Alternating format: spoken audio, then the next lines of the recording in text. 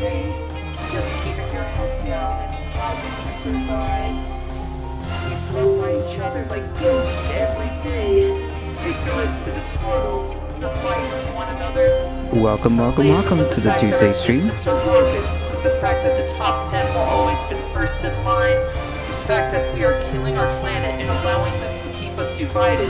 We must stand together and rise up. It's time we wake up. And that is a difficult truth.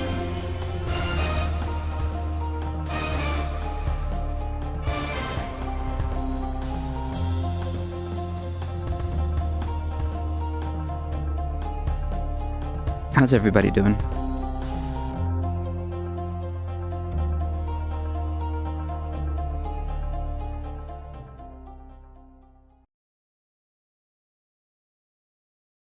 All right, we've got plenty of headlines. We've got that study to go over, and we've got more of the IPCC report. So let me bring up some of these headlines.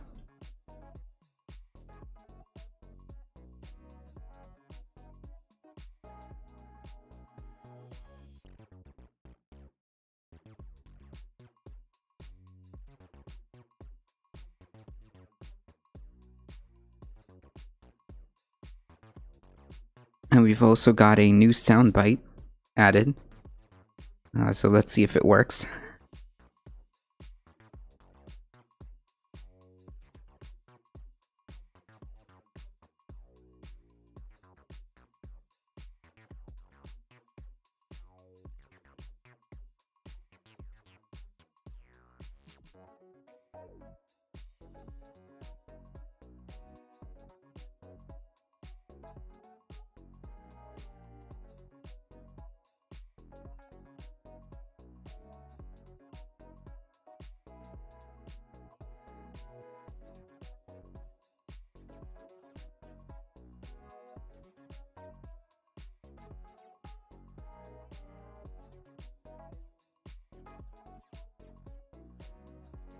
All right, perfect. Let's see if it works. I recommend take the vaccines. I did it. It's good. Take the vaccine. I recommend take the vaccines. I did it. It's good. Take the vaccine. I recommend take. What?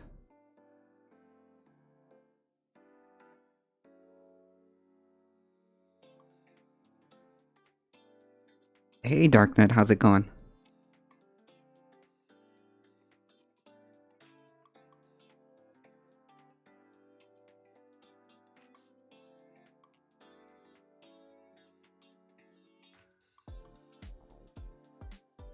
All right. I recommend take the vaccines. I did it. It's good. Take the Where'd it vaccine. go? I recommend take. I recommend take the vaccine. Come on.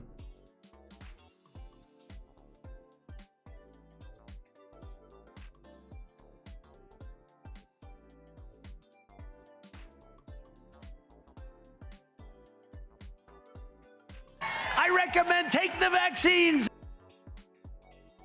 Really? It doesn't play? Hold on. I love it. Me too.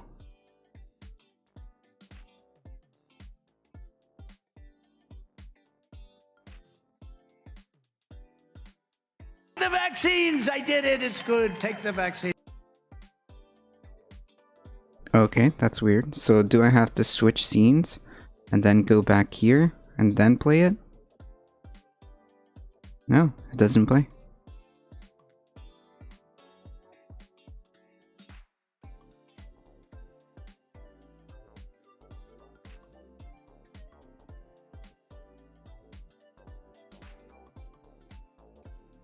Boo.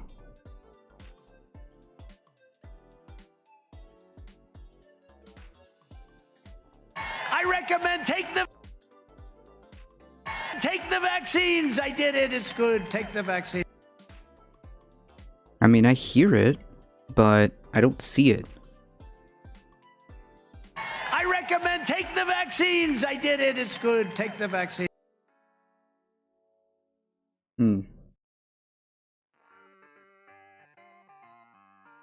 Okay, I know how to solve this problem. We're gonna make it just a soundbite then.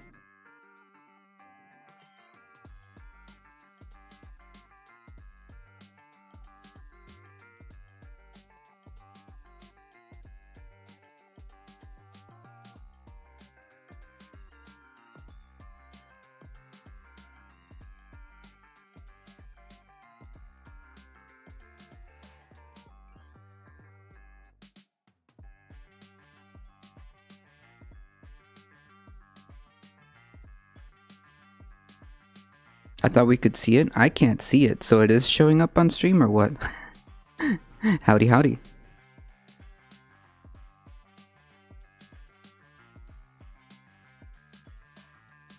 Oh, that's so weird. So it is working.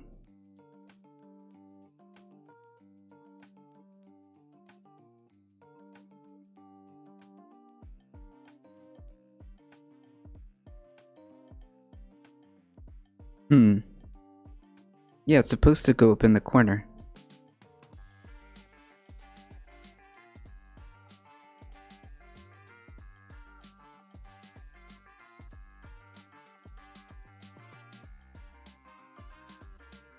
Okay, so maybe it is working. Alright.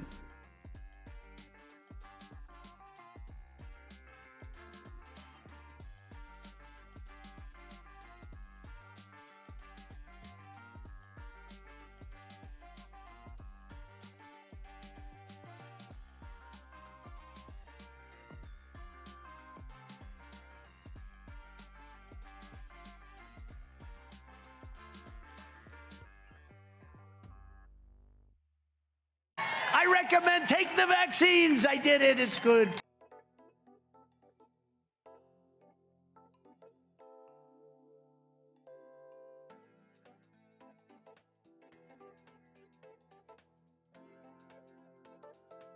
It's a good clip. Yeah, it is. Alright, it's fine. If anything, I have it on the soundboard too.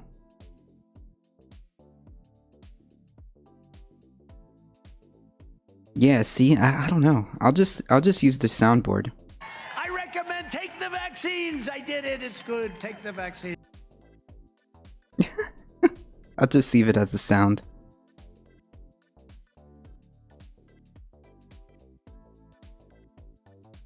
How are you doing today? I'm hanging in there. Hope you're doing alright.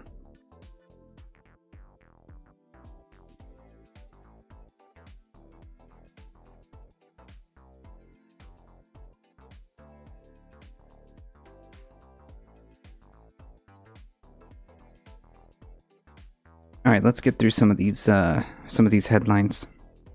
The National Guard will be deployed across Kentucky to help overwhelm the hospitals. Healthcare workers high-fived when they heard the news.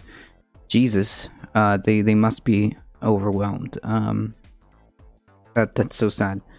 Kentucky hospital officials high-fived one another during a news conference as they learned that multiple National Guard teams would be deployed to hospitals across the state dealing with rising COVID cases and hospital staffing shortages.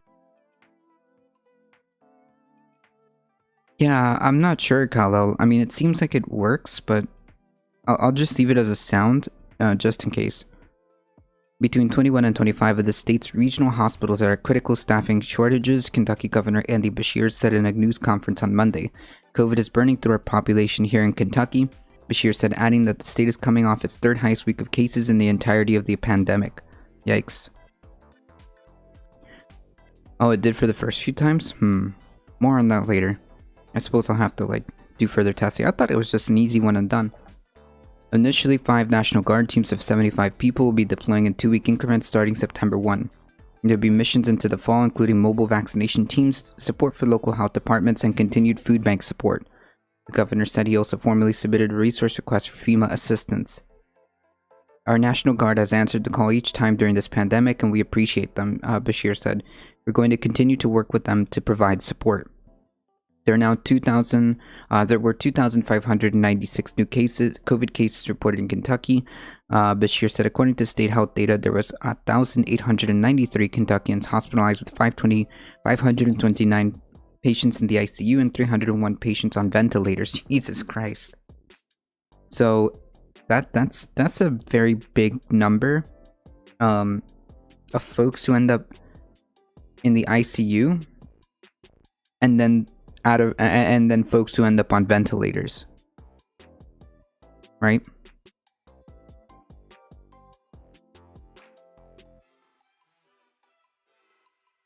Because if you're in the ICU, chances are you're experiencing severe sickness, and chances are you will be one of those folks that end up on ventilators. About 85% of the ICU beds are currently in use, more than a third of which are occupied by COVID patients. Yikes. I wonder how that compares to Tennessee, that's right next door. Good question. How is Tennessee doing?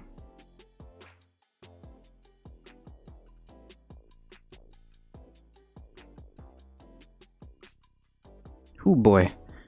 Whew. Yeah. Whew. Well. Huh.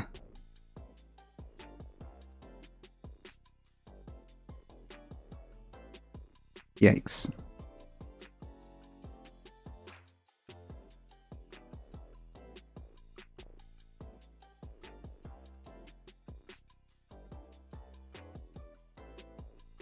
Man, that's so hard to see.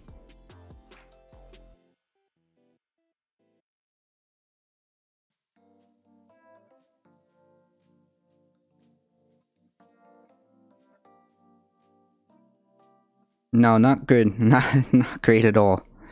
Kentucky governor has much more interest in believing it's real than the Tennessee governor has not. Yeah, at least, like, this dude's trying to do something. He's, like, trying to do something, but, you know.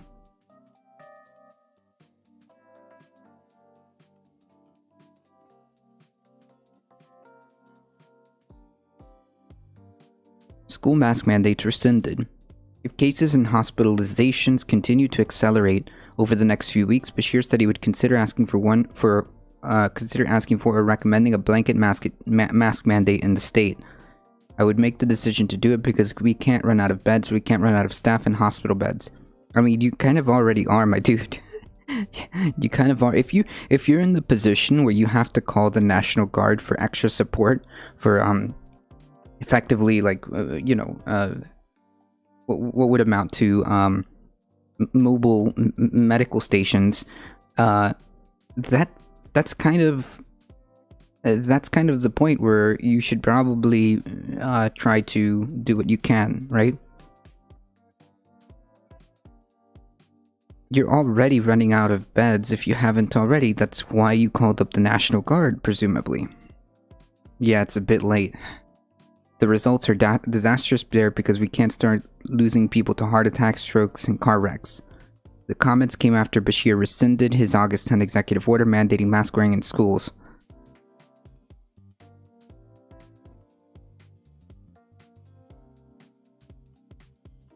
The governor said he rescinded the order because of the court after a federal judge temporarily blocked the order over the weekend. Jesus Christ. A U.S. District Judge, William Bertelsmann, temporarily blocked the order in light of a Kentucky Senate bill that says the governor cannot renew or continue an emergency issued from the same context unless they first get approval from the General Assembly, which of course is convenient because it's all Republican. The motion was granted on the basis that Bashir did not seek the General Assembly's approval before renewing an expired state of emergency, according to CNN's previous reporting. Bashir said that he was surprised by the court's decision and he believed that he had the constitutional authority to enact a mandate based on previous Supreme Court cases. On a previous Supreme Court case, the governor has expressed concern over the state's children facing the pandemic. Last week, the state reported a record high 18 children in pediatric ICU, and there are only a couple of hospitals that have a pediatric ICU. Yikes. Yikes. It's almost like the CDC shouldn't have backed off masking. I'm gonna say that this is a correct assessment. I think that the logic behind the recommendations of the CDC were correct. However, they failed to take into account people, and unfortunately, without taking the social aspect into consideration, they inadvertently backed off the recommendations way too early, and a lot of people decided, as soon as that was released, they took it upon themselves. They took the liberty of just going, excuse the pun, how dare I say, mask off, and has caused this problem. Alia with the 10 biddies, thank you so much.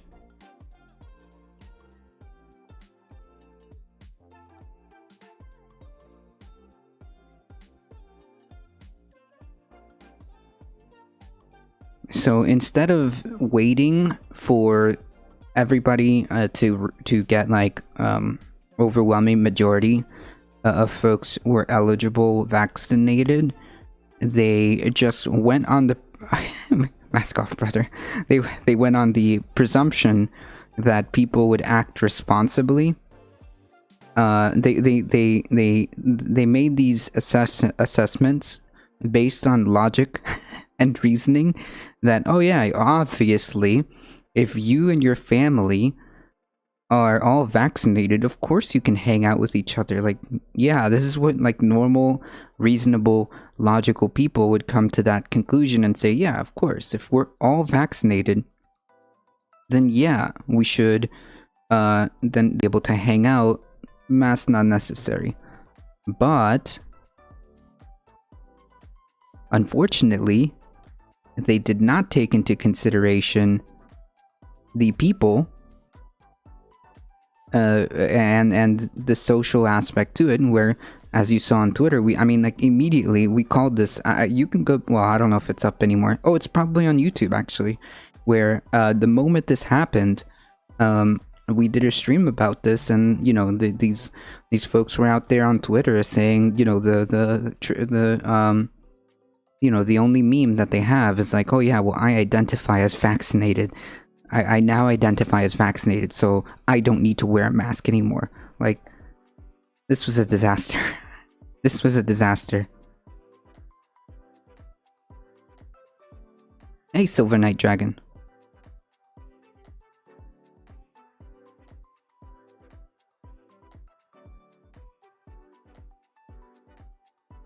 That's right. Respect the CDC. I do. I do think that the recommendations are generally sound. I just think that I wish they would have taken that. I wish they would have taken that social aspect into consideration before assuming that people would operate under a reasonable, mind. Right, Kal-El. It's exactly that. I identify as unvaccinated. Like, oh.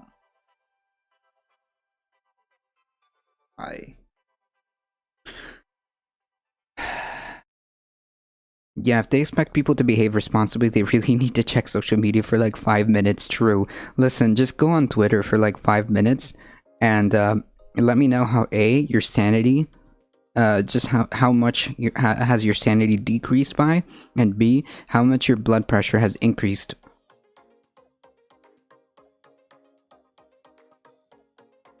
2014 called it once its joke back. True.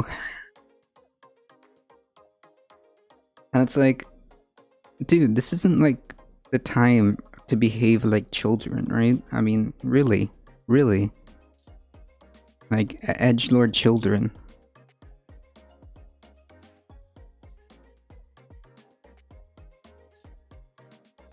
I mean, one of the first few people that was doing this, oh man, I forgot. Was it Tommy Lauren? Shoot.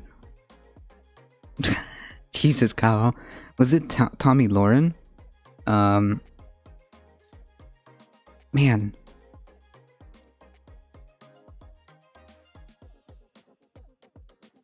I forget who it was. Who came out and was like one of the first people to do that as soon as the CDC like recommended that as long as you're all vaccinated, it should be fine. But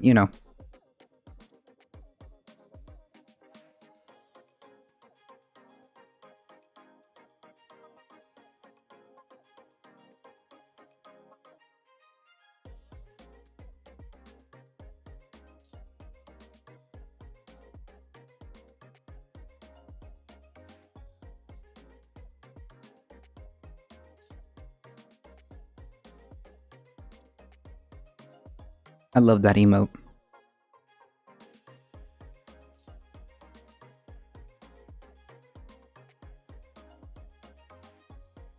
Where were we?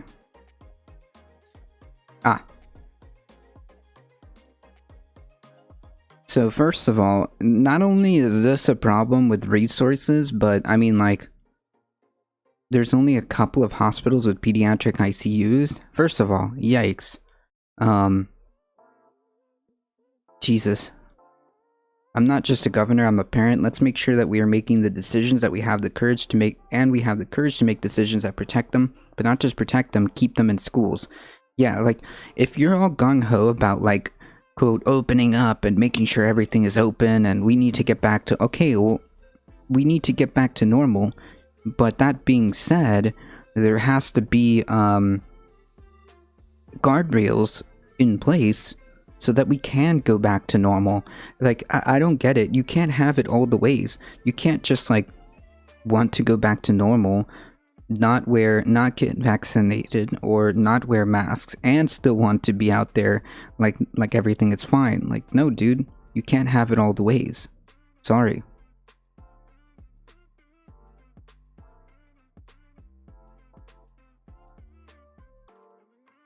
Or having them in person at school. Yeah, well, given, you know, the decision, if you're going to make the decision to open up schools, there have to be very well in place guardrails, right? Everybody has to be wearing a mask, and those that are eligible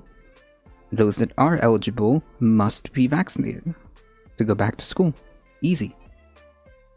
Easy.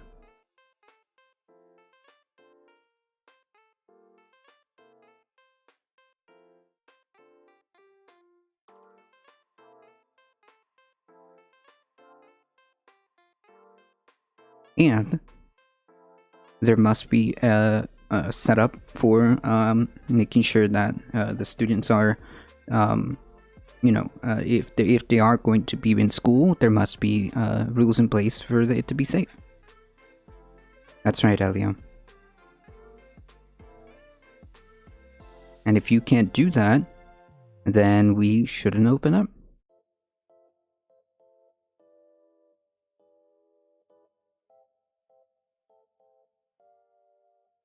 Dr. William Mellon, St. Clair Regional Medical Center's Chief Medical Officer and Vice President of Medical Affairs, said the Moorhead, Kentucky Medical Center's inpatient COVID count doubled from 17 to 32 patients in last week, and the curve appears to be getting sharper. What is historically is we currently have more critical patients than beds. Jesus, we're in temporary overflow in the intensive care unit. Over half of our inpatient right now is dedicated to COVID. So that's our situation. Yikes. That's right. What we need to emphasize in the media is that there are anti-masks preventing things from getting back to normal. Right. Like, dude, just... I understand that there are... that you have some... notions, some unbased notions about the CDC guidelines, but they're there for a reason, right? And like, unless you just magically happen to absorb a decade's worth of research in epidemiology or infectious diseases, it would behoove you to listen to the folks who have.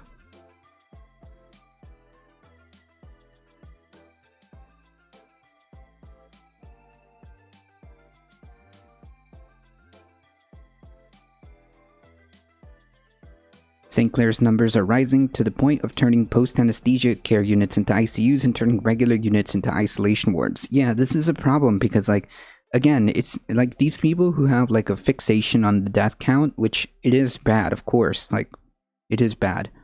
But it's not just the death count. We are running out of medical resources because we're having to use all of these resources to take care of folks who have COVID And because COVID is such a is such a viral disease, infectious disease, they have to literally corner off entire sections of hospitals. Like, there's our entire sections having to be dedicated to COVID patients. And, well, what happens when non-COVID related emergencies or health related stuff happens? There's no beds for you. Sorry. People don't think.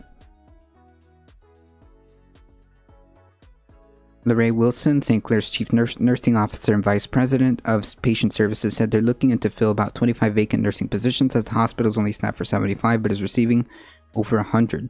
It's just a nightmare trying to staff. It's not COVID patients. It's not just COVID patients that we have in the hospital right now. It's not. Yeah, exactly. It's a lot of critically ill patients. So when you throw COVID patients in on top of that, it makes it doubly hard to staff. Yeah, no kidding. No kidding. Where did I save this? Yes, I did. Here we are.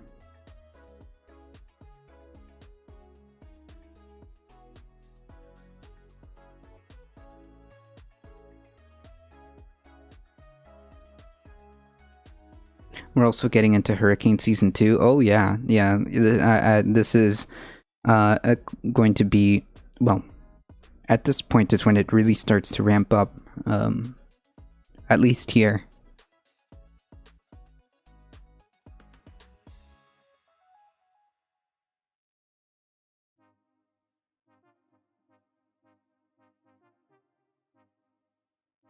Speaker Pelosi and her leadership team struggled to round up the votes to move forward with a strategy to enact President Biden's multi-trillion-dollar domestic agenda, ultimately opting to punt a key procedural vote until Tuesday. After hours of negotiation, Pelosi late on Monday night failed to strike a deal with the leaders of a 10-member bloc of centrists who are demanding a vote on the Senate-passed bipartisan infrastructure bill before considering a budget resolution that paves the way for the $3.5 trillion spending plan to expand social support programs and combat climate change. Yeah, see, this is my worry is right here. This is my worry right here, where they'll say, look, we did a thing. We did a bipartisan infrastructure bill. Excellent. We passed it. Everybody can go home with a win now. Yay. And that's it. And that's the end of it. That's my worry. Okay? Remember, we talked about this frequently, right? My worry is that they'll take this, quote, bipartisan bill. They'll say, yay, we did a thing. And nothing else is necessary. That's it. We did it. Look, it was even bipartisan. Everybody goes home with a win. And they clap, they clap, pat themselves on the back, and nothing relevant. Okay, so let me rephrase that. The necessary stuff that would help to begin to get the ball rolling on trying to do some serious action on climate change would be completely lost. Is what I'm worried about.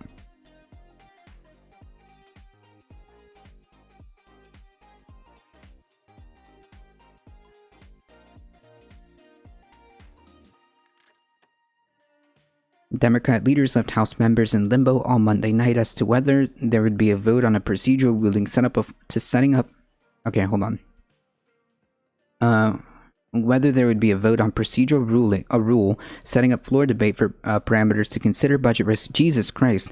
Wait, so they couldn't even get the idea of maybe starting a conversation about having this vote at all? Wait, we can't even, holy yikes. Okay. The bipartisan infrastructure bill, a measure to restore part of the Voting Rights Act struck down by the Supreme Court in 2013. It wasn't until after midnight Tuesday that Democratic leaders announced that consideration of the rule, so this isn't even like a debate about the actual bill, or I guess the budget resolution. This is, they couldn't strike a deal to have a vote on the rules of how this would go down. Jesus Christ.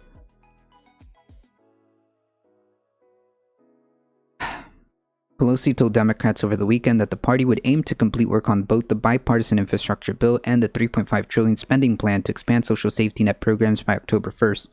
Surface transportation programs also expire on that day, creating an incentive for lawmakers to send the bipartisan infrastructure bill to Biden's desk by then. But moderates adamant on voting first on the bipartisan bill want a more decisive commitment. Okay, but like, that's my fear. If you vote on this bipartisan bill, great, it passes, it moves on, it gets signed. And that will be the end of the conversation, right? Like, why would we need to do more? We did the thing. And like, yeah, that's what I'm afraid of. When asked if there was a discussion about setting a firmer date on voting on the infrastructure legislation, Pelosi was coy. We'll see tomorrow. House Democrats will huddle again at a caucus meeting on Tuesday morning, followed by a briefing with Biden administration officials on the chaotic U.S. military withdrawal from Afghanistan. Yeah, that's one way of putting it. Earlier Monday, in a closed-door emergency meeting with House Democrats, Pelosi and her team pleaded with rank-and-file members, but particularly the centrist holdouts. Are they, though? To unite behind a new strategy to advance Biden's Build Back Better agenda, something she described as once-in-a-generation opportunity. Under that strategy, the rule would automatically deem the budget resolution as adopted so that the House wouldn't have to take a separate individual vote on it. That way, there technically would not be a standalone roll call vote on adopting the budget before the House votes to send the bipartisan infrastructure bill to the Senate. It is unfortunate, in my view, that we have to have a discussion about a process when we want to have a discussion about of policy. Right, like, this is so ridiculous. This is so ridiculous. Are you young enough to stream? Hold on.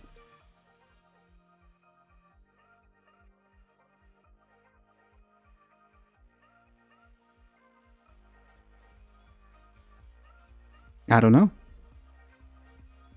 Technically, depending on how old you are, I could be your dad.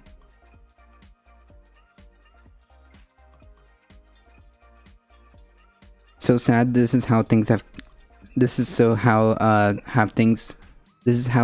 to get done. True. Like, what is the government for? Right. It's allegedly to represent us.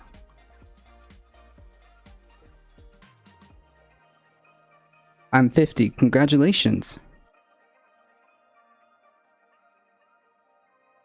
Hang out here and enjoy the show. Well, then if I am 15 years old, then absolutely I'm old enough to stream.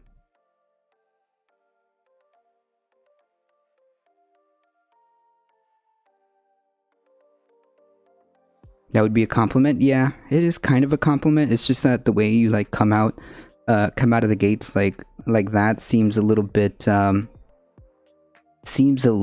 condescending.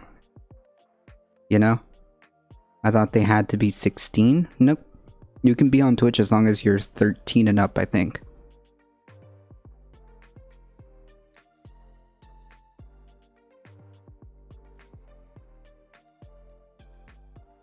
Hey, Thundera.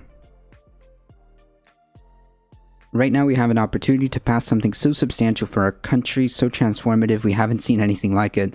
Well, first of all, we have done things that are way more encompassing than this. However, I guess in the more modern era, we have not passed anything like this. We cannot squander this majority in this Democratic White House by not passing what we need to do. True. True.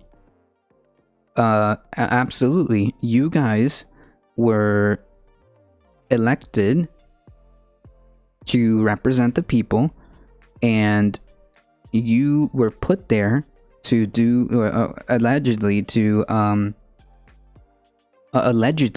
to make this country better. You were put there because the people as a majority, trusted that you would try to do things that would improve their lives. You would try to do things that would move this country forward. That was the deal, okay? That was the deal. If you do not follow through, if you do not fix some of these fundamental problems, then what are you there for? Yes, Congress should always be disrespected. Especially if they're not especially if they're not representing you. No, I'm kidding. Listen, these folks are in a position of power, so at all times they should be criticized and scrutinized. Okay? These folks are in a position of power, so at all times they should be scrutinized and criticized. How crazy is it that Nixon created the EPA? Yeah. Yeah. But, I mean, arguably that's good. The people don't care about bipartisan or negotiations or talking points. They want infrastructure and healthcare. Yes, they want kitchen table issues. Get healthcare. Figure out how to solve some of these problems that have been floating around for decades that none of you in Congress have attempted to make any meaningful gains in. Okay? Figure out the fundamentals, figure out the solutions to the fundamental problems that we're having and fix it. Holy yikes. Fix it.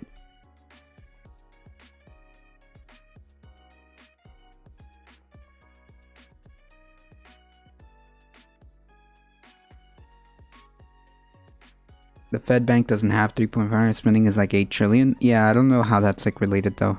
Because like they can just print. They can just say, we have X money and spend it. So it's not like a budget like you and I would have. Not like that anyways. The money's there.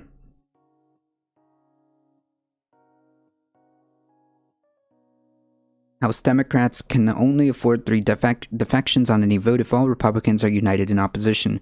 Pelosi has stated for months that the House would not vote on the bipartisan infrastructure bill, which was negotiated by the Senate and White House, until the larger Democratic-only $3.5 trillion spending plan is completed. Pelosi has sided with liberals in the House, who make up a large majority of a caucus, in demanding that the lower chamber secures its priorities in the $3.5 trillion package before taking action on the infrastructure bill. But the group of moderates led by Representative Josh Gottheimer announced shortly that after the Senate passed the bipartisan bill earlier this month, they wanted to win on that measure sooner rather than later. Yeah, this is exactly what I'm afraid. Exactly what I was talking about. Exactly what I was talking about.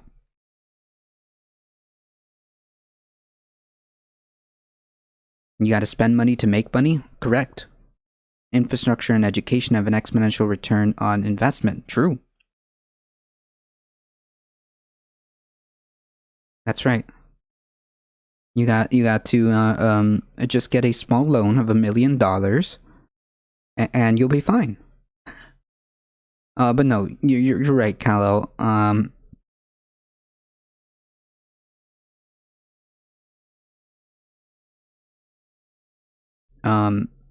You're right. We do have to, whatever we spend on has to be spent on the right things, right? Whatever the government decides to throw money at,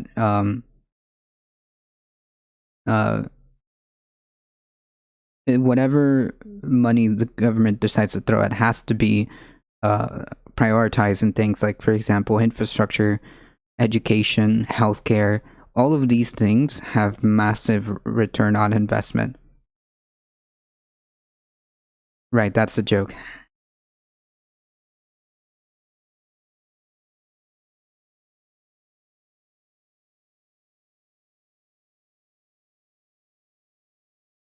Time kills deals. Wait, no it doesn't. Wait, who made this rule? 9 centrist Democrats warned in a Washington Post op-ed published Sunday night. Wait, no, wait, really? I don't buy this. I don't buy this at all.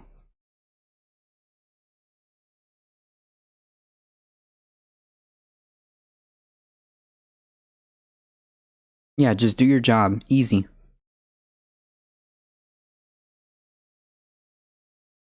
I think you're reading way too much into it, Arminius.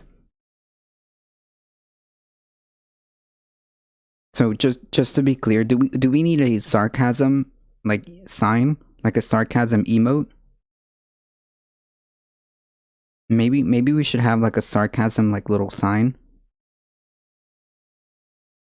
Ban the mods.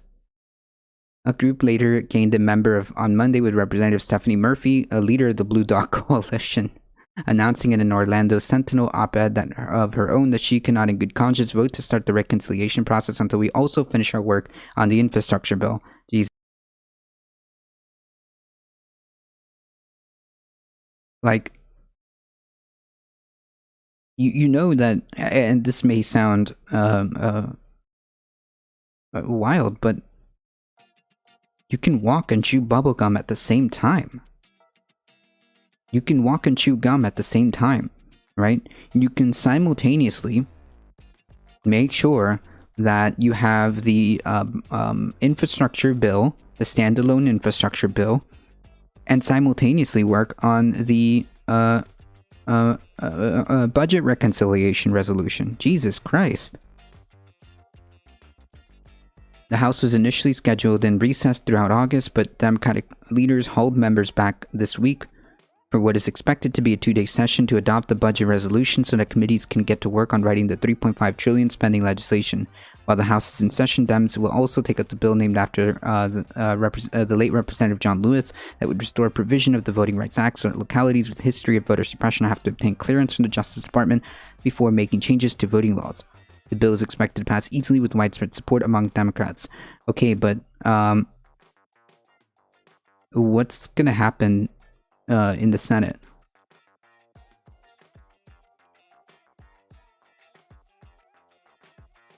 Yeah, Carlos wants them to do their job. True. All I want is for competent government. Holy shit. Is that like too much of an ask? That's literally all I want.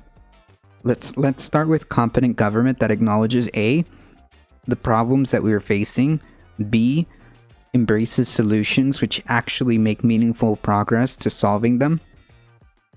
I mean, yeah, that's pretty much what I want.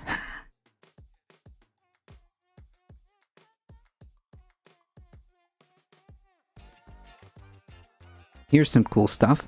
Breakthrough COVID infections had even more chaos as the school started in 2021. We're so careful, Alicia Johnson said from Discovery Bay, San Francisco. I'm a germaphobe. When this whole thing happened, we didn't leave the house for 6 months. Johnson was crushed when her toddler caught COVID at a summer playgroup. Wait.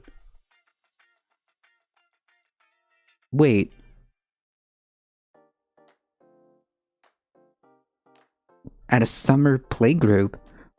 Why would you... That's not... Okay.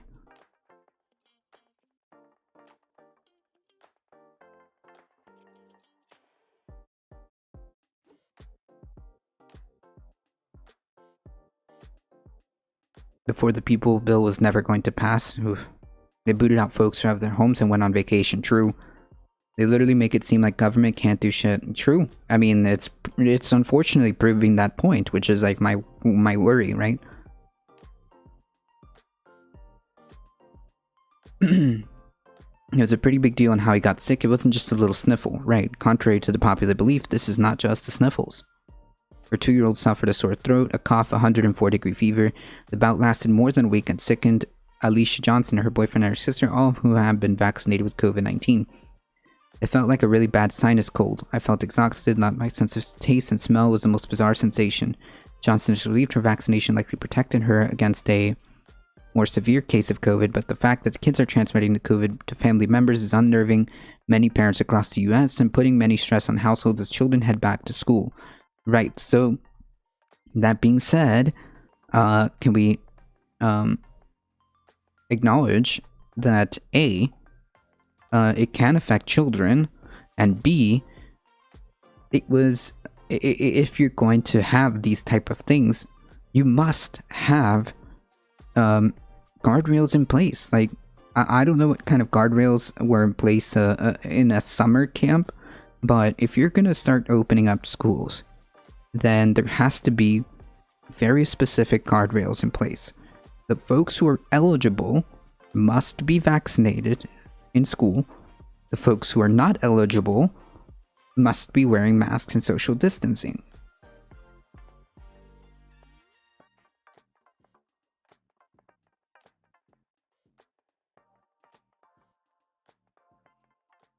Infrastructure was one of Trump's talking points, which he never did anything about. Yeah, he never did much of anything that was relevant anyways. Every week is infrastructure week, but he defined infrastructure as tax cuts for the rich, just like every president. True.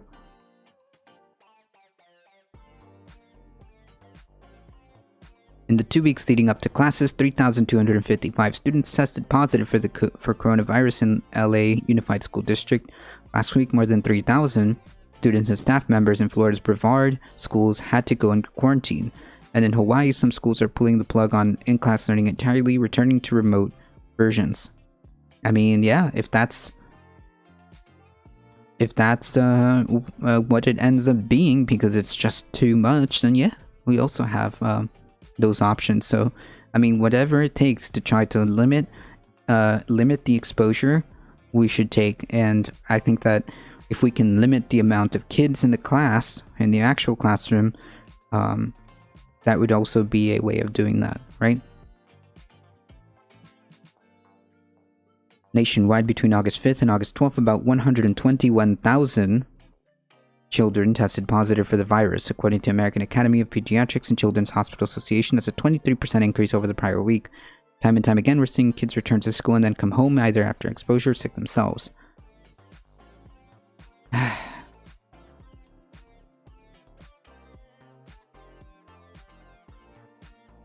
These are days after opening, and like a lot of these, I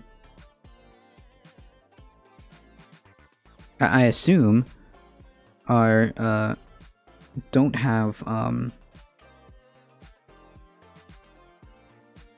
like mandatory mask mandates, right?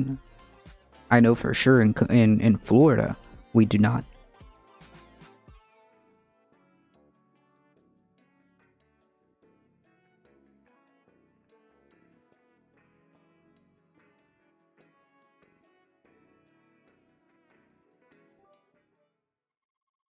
Alio with the 10 biddies, thank you so much.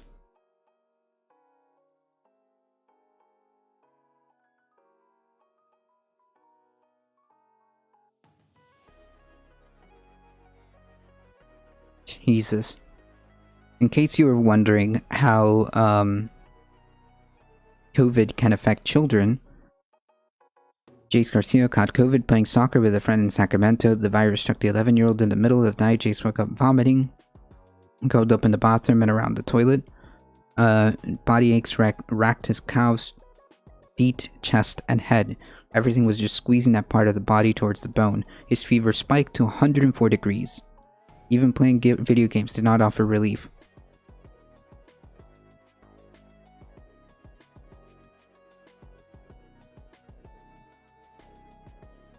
Hey, Brad Crochet's a chap. How's it going?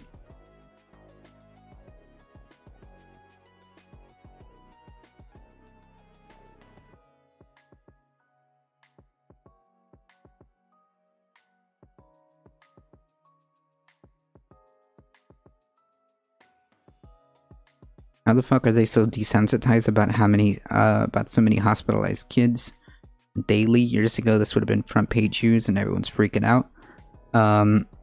Yeah. It's because we've normalized this. It's just... Wait, video games are now a medicine attempt? No. I guess what they meant was, this is a way of trying to keep your mind off of it. Which obviously was so bad that, you know, couldn't even take his mind off it with video games.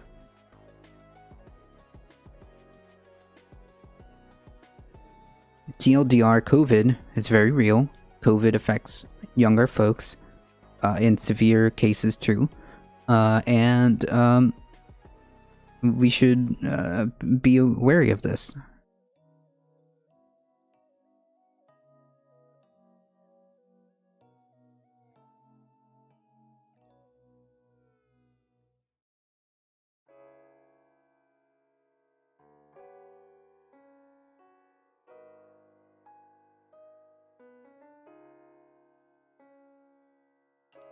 We return to our good friends, the Proud Boys.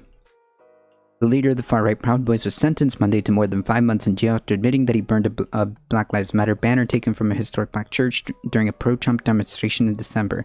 Yeah. Excellent optics, right? Henry Tario, known to followers as Enrique Tario, was arrested January 4th in Washington on a warrant stemming from an incident December 12th. The Proud Boys and other groups marched in a rockets rally through downtown. The banner was stolen from an Asbury United Methodist Church, one of the oldest black churches in Washington. Tario, 37, of Miami, also pleaded guilty to attempting to possess a high-capacity gun magazine, which is illegal in Washington. Huh. Wait. Attempting? Well, that's kind of weird. Like, that's kind of a weird charge. Attempting to possess a high-capacity gun magazine. Well, if you have it, that's not really attempting, right? Unless they caught him, like, mid-trying to buy it or something. Investigators said he had the magazines with him when he returned to the city for January 6th protests of the electoral count in Congress. So he tried to go to the January 6th thing. Which, how could it be an attempt if you're caught with the illegal items? So weird.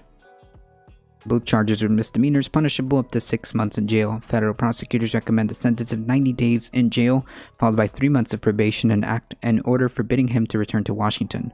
Yeah, sounds good.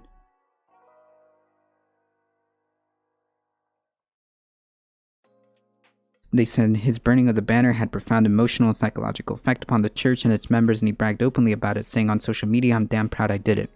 Yeah, pretty sure you are. Because you didn't do it if you have the stuff for it, but didn't accomplish it as attempted. Ah, gotcha. Thank you for the shout out. Hopefully streaming when I wake up home alone. Hey, no problem. How's it going, Memo? A senior pastor at the church, Reverend Dr. Anther Mills, spoke during the court hearings before the sentence was imposed. He said Tario's conduct was an act of intimidation and racism, and treated his actions as a trophy on social media. Tario told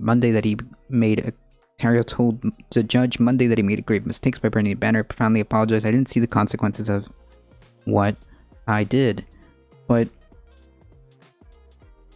there's video of you saying that you're proud of it. Okay.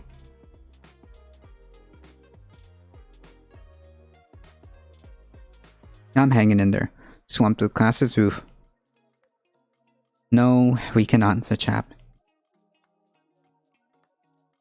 And them understanding consequences is irrelevant. Well, it is a step forward. You know, ideally you would want people to understand the ramifications of their actions. That being said, I don't know if this guy did, but you know, he's sorry he got caught. Yeah, exactly. So I don't know if he himself particularly understands this.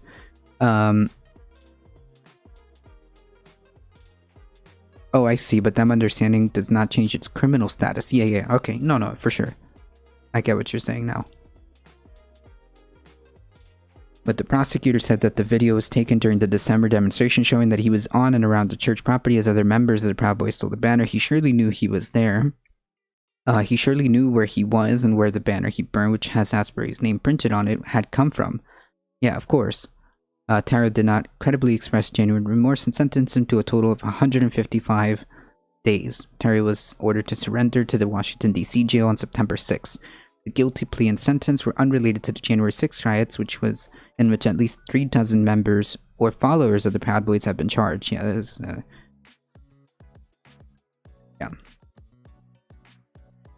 I didn't know. Exactly. I'm sorry, officer. I didn't know I couldn't do that. Right.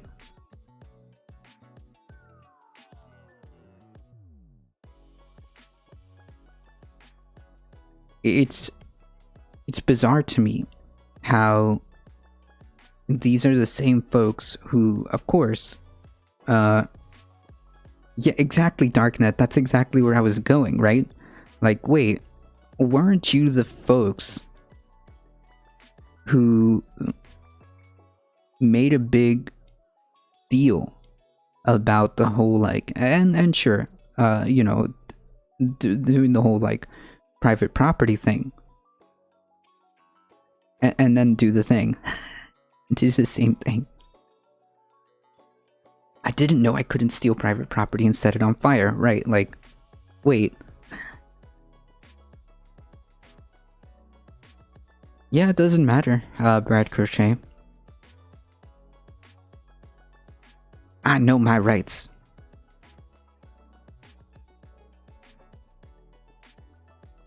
And I remember that, was it that same rally? Can somebody correct me if I'm wrong? Was it that same rally where the Proud Boys were chanting that we don't destroy private property? There was a rally. It was either the Million MAGA March. I should say, I guess, the 10,000 MAGA March. Nowhere near a million. Wasn't it that rally or the Save America rally? That they were chanting around the streets saying, we don't destroy private property.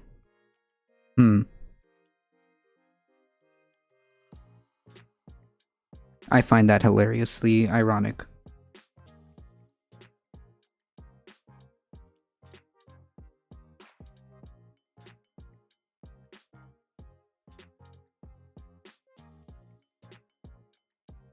That's right, they also attacked journalists. Yep, they took, they burned 20,000 worth of journalist gear. And by the way, those things aren't cheap. Those cameras, those microphones, the setup that they have, they're not cheap. So yeah, like, these are the same folks that were marching in one of those rallies saying that they don't burn private property or something like that. Nice meme.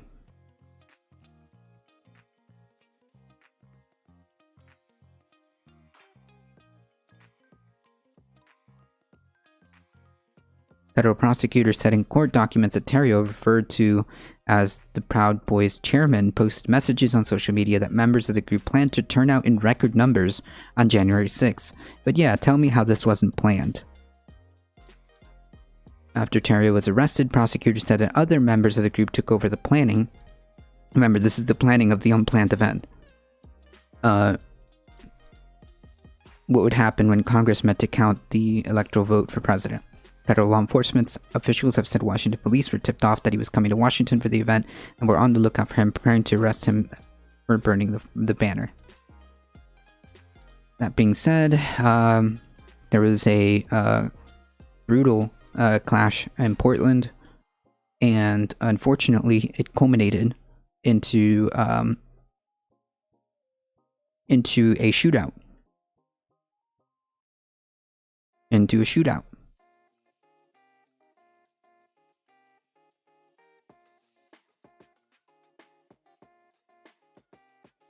Jesus Christ.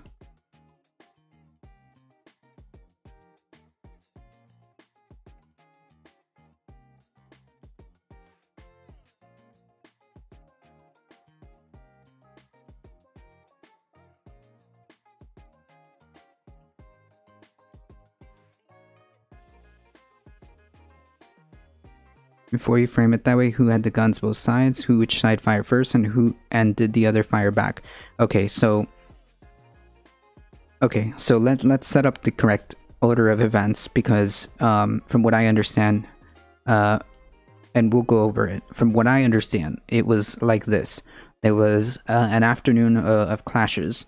An afternoon of clashes, and this was initiated by some type of, I forget what they called it, but the Proud Boys rode in.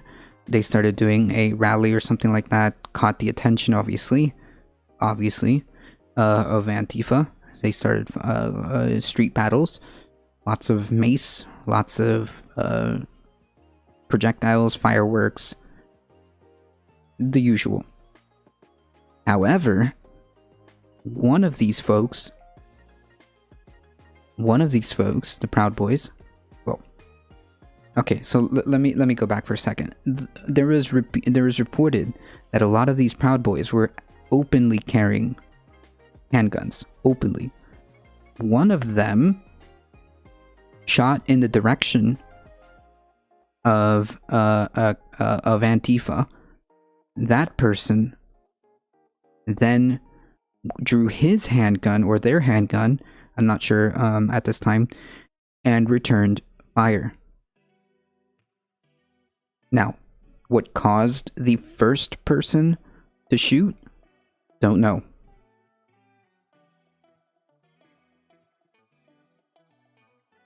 Portland police arrested a man later identified as 64-year-old Dennis Anderson on Sunday after he allegedly opened fire with a handgun.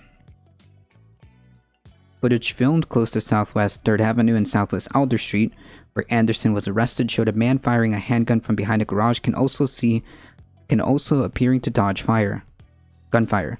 Other videos showed the man laying face down as several officers arrest him. It appears that the police have the gunman. Okay, yes. The Portland Police Bureau said in a report released Sunday that a man had been charged for firing a gun in the downtown area of the city. It added on Sunday, August 22nd, Central Precinct officers responded to a report shots heard in the area of Southwest 2nd Avenue and Southwest Yamhill. Officers learned of a suspect firing a gun and the description and direction of travel. 3 minutes later, they located a suspect at Southwest 3rd Avenue and Southwest Alder. He was arrested and a gun was seized as evidence. Officers booked Anderson, 65, Gresham, on charges of unlawful possession of a firearm and unlawful use of a weapon. The statement continued, no one reported injuries, thank goodness. Jesus Christ. There are numerous people in the area, including several people taking video and photographs. These are reports that witnesses may have removed evidence from the scene before... Oh, yikes. There are reports that witnesses may have removed evidence from the scene before the police arrived. Jesus Christ. So then how do we...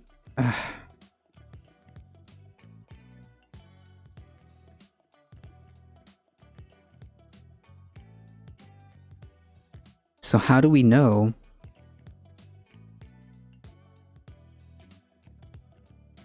if there's a lot of evidence being... And we don't know who these witnesses are, by the way. Jesus Christ. But you're right, Memo. Yeah, who had guns? Well, both in this case. Clashes began after the Proud Boys as hundreds of Antifa arrived in the Tomahawk Waterfront Park, where they protested the right-wing gathering, according to the Oregon Live. The anti-fascist protesters broke away in the afternoon in order to crash the Proud Boys' Summer of Love event, prompting verbal arguments ensuing physical street brawls. So exactly as we described, it seems like there was a rally, and Jesus Christ, as the rally started, Antifa showed up, street fights happened, street battles happened, and that was the culmination of that. Someone could have been killed. In a video shared by journalist Taylor Hansen, the Proud Boy members could be seen attacking a person wearing block clothes, while another person dressed in black sprayed the group with an unknown substance. We can assume that is mace. PPB later added by 1:30 p.m. a group of people had gathered in a parking lot. 4 p.m. a small group of people came together and committed acts of violence and destruction. People were lighting fireworks, dispersing chemical spray as firing what appears to be paintballs or airsoft guns. When property destruction was observed, most of the involved individuals have left the area. It added that no one at the time had been arrested, but it does not mean that people aren't being charged with crimes later.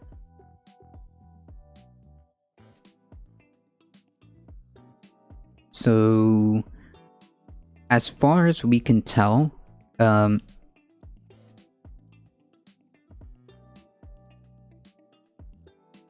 this is where we're at, and I suspect we will find out more information as this investigation, as this investigation gets underway. We'll find out exactly all the specific details. I was doubtful of the calls for civil war on the horizon. Yeah, I don't think so. This is like Portland. This isn't like a widespread phenomenon. This is downtown Portland. I think that it's not a widespread phenomenon. I don't like the rhetoric. I don't like the idea of like spreading the rhetoric or the ideas of civil war or anything like that. I just don't. A DEA dude got caught flashing his gun at the rally. Jesus Christ. Yikes. So yeah, this is where we're at. Yeah, same. Just seeing it happen here would be used on the right to provoke it is my only point. Maybe.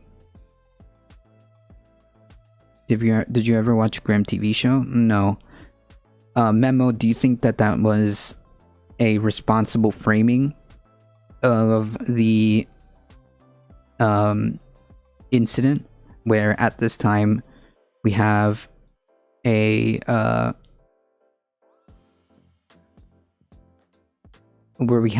basically what seems to me like a shootout that could have been that could have ended somebody's life, and it's a supernatural cop show that all the criminals are inhuman and only the cops can see it. Jesus, wait. That's not a good framing of like, holy yikes, wait. So all the criminals are, quote, inhuman, but only the cop can see them? All the like criminals are like supernatural? Wait, that's not a good framing. Holy yikes. Yeah, I just wanted to make sure that the firefight shootout was accurate, but if they both shot at each other. Yeah, they definitely both shot at each other. It just seems like in this case, it just seems like until we get clarification, it just seems like the Proud Boys shot first and then they were returned fire. So, I mean, it tells you right here, he was firing a handgun while appearing to be dodging gunfire. So, they definitely returned fire.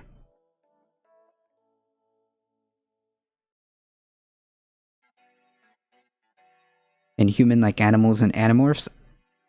Oh, I used to love was it the series back then? Animorphs? I used to love Animorphs. So they are people and people see them as people, but the cops can see into their souls. Oh, that's not good. That's even worse. Wait, that's even worse. Yes, they did make a show about it in the 90s, 2000s? Yes, the book series.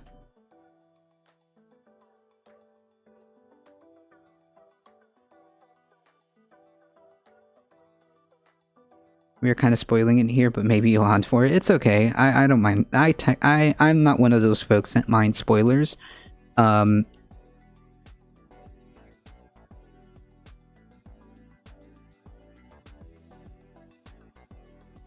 It's literally the same thing. I went to communists frame them as violent. Oh no, they from what I understand,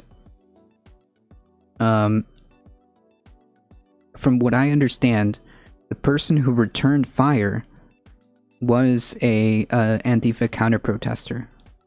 So that's what I have. I mean, we can get more sources on this if you want.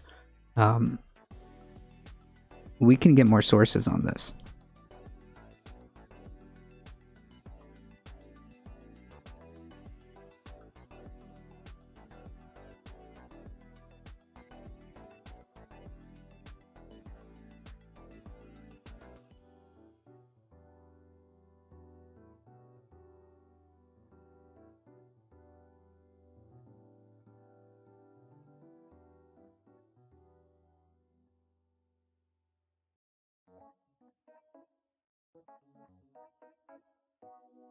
Yeah, right here.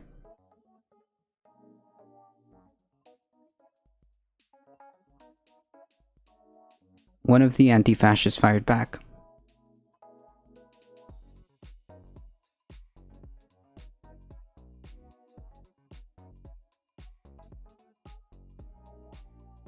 It's probably just a documentary on Portland, but filmed as a TV show. Like, oh my god, yeah. I'm not sure I'm comfortable with the framing of that. So like, So the premise of the framing is like, okay, I'm the cop and I can see the criminal's true nature. I can see the true criminal soul. Is the police report the only source here? According to this, it seems like a witness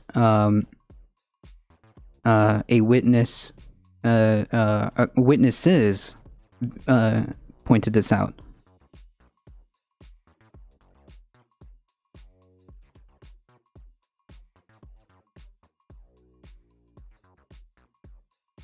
So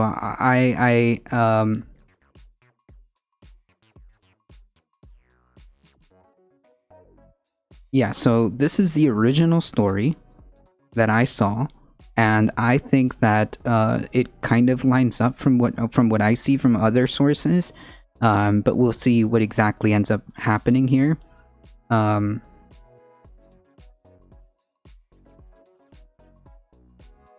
Jesus Christ. All 8 shots were missed. Good thing they suck. True. People could have died here.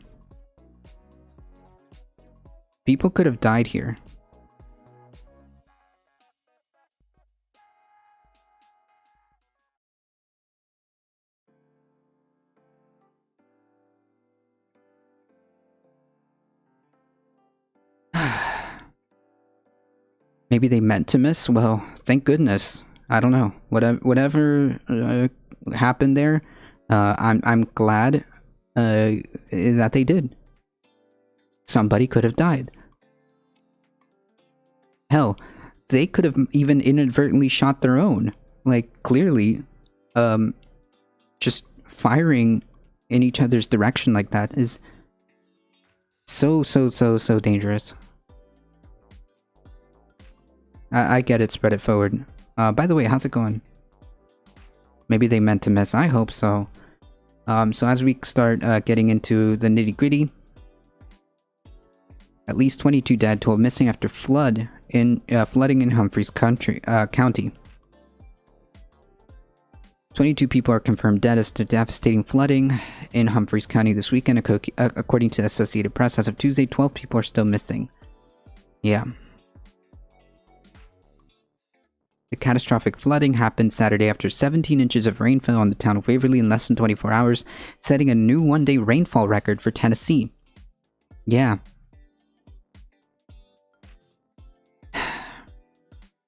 These are gonna be just normal events. Just 17 inches in less than 24 hours, just boom, like flash flooding.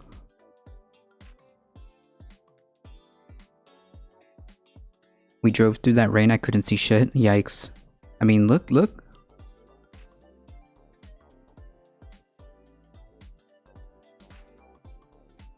That's so dangerous, Weezer. I'm so glad you're okay. Jesus Christ. David said that many of the people are still missing are the most impacted by the floodwaters. The ones we have missing are mainly from the area of the greatest impact. When it first came out, from children to elderly is what our deceased is ranging from. That's so sad. That's so sad.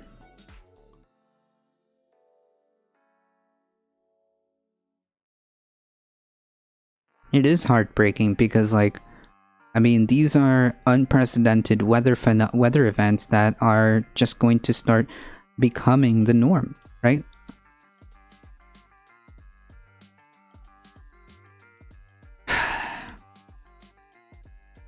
Alright folks, so yesterday we were presented with this study that I want to go over.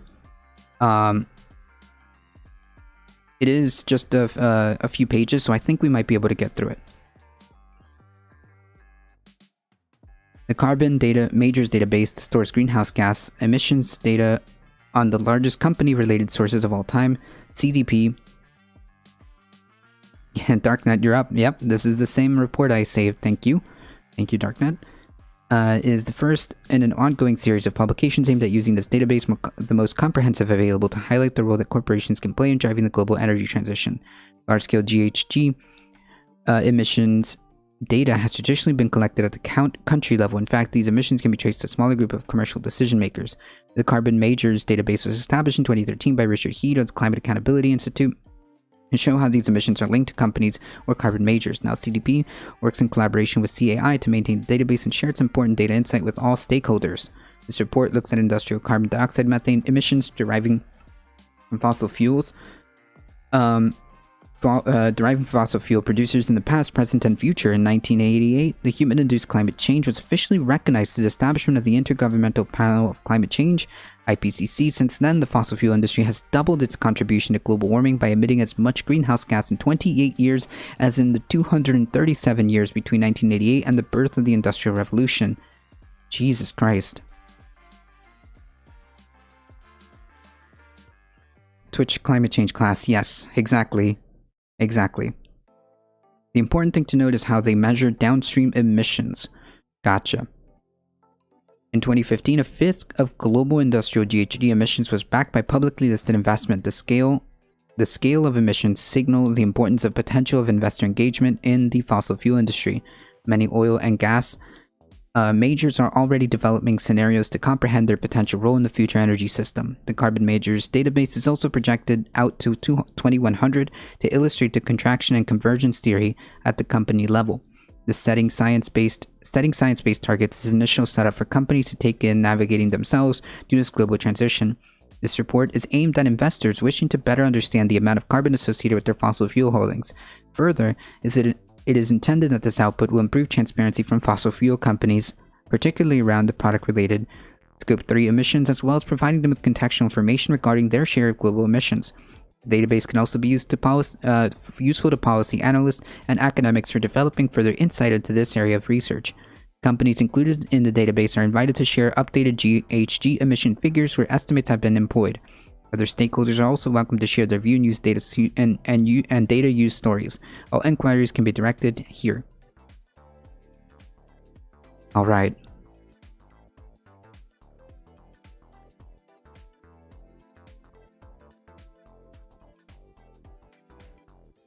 Okay, so this is I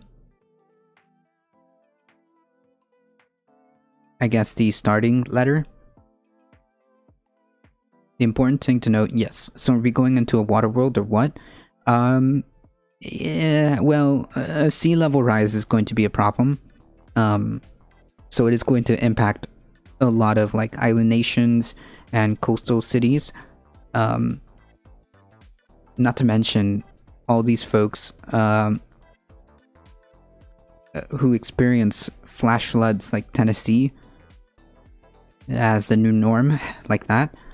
I don't know. Desalination of the ocean would trigger such a thing? Yeah. Yes, I suspect, well, it depends on what the domino effects of mass, rather quickly, desalination of the ocean, what those domino effects will end up being. I for one know that it does affect the ocean, and I believe it may also mess with the currents, if I'm correct.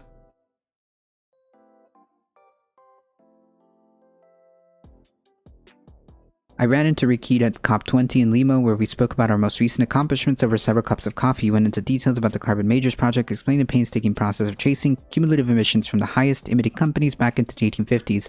I was utterly impressed and slightly envious. What a laborious and amazing piece of work. This was a new and powerful perspective on climate accountability, different from the dichotomies parties adopted about future responsibility that had led to a stalemate for an agreement in the Copenhagen summit. Developed versus developing, North versus South. Jamie314, thank you so much for the follow. North versus South, historical emitters versus future emitters, etc. Carbon Majors offer insight into responsibility from the perspective of the producers of hydrocarbons, those companies that have made astonishing returns over decades through the extraction and production of greenhouse gas-emitting products. From Lima, we moved to Paris, where there was this very smart shift to expand the remit of climate action beyond the parties, welcoming investors, banks, companies, NGOs, civil society organizations, and citizens, among others. This was a milestone for when we officially empowered to take collective responsibility for our climate. With this necessarily comes a responsibility to act on it. A call to action for collective stewardship.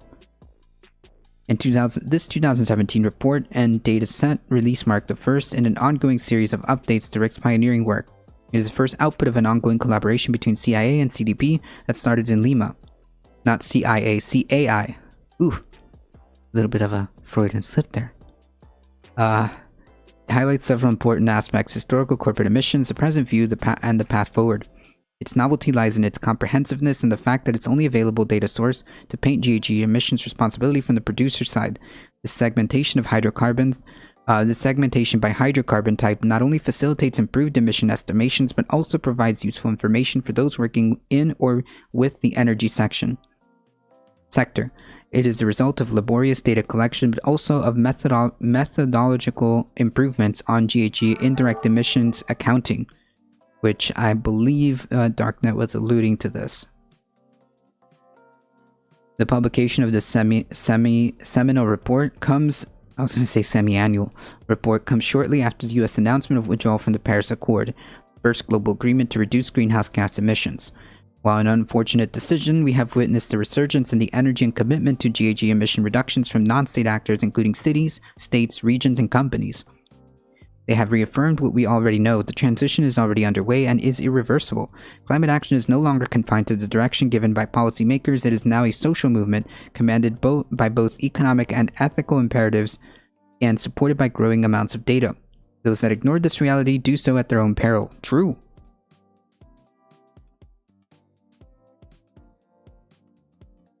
Fossil fuel companies are also going to have to demonstrate leadership as part of this transition. They owe it to the millions of millions of clients that they serve that they are already feeling the effects of climate change. True. And to the many millions more that require energy for the comfort of their daily lives for looking for alternatives to their products.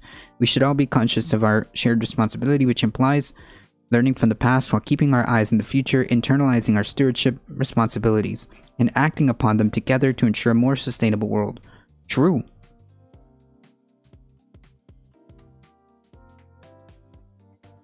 Alright.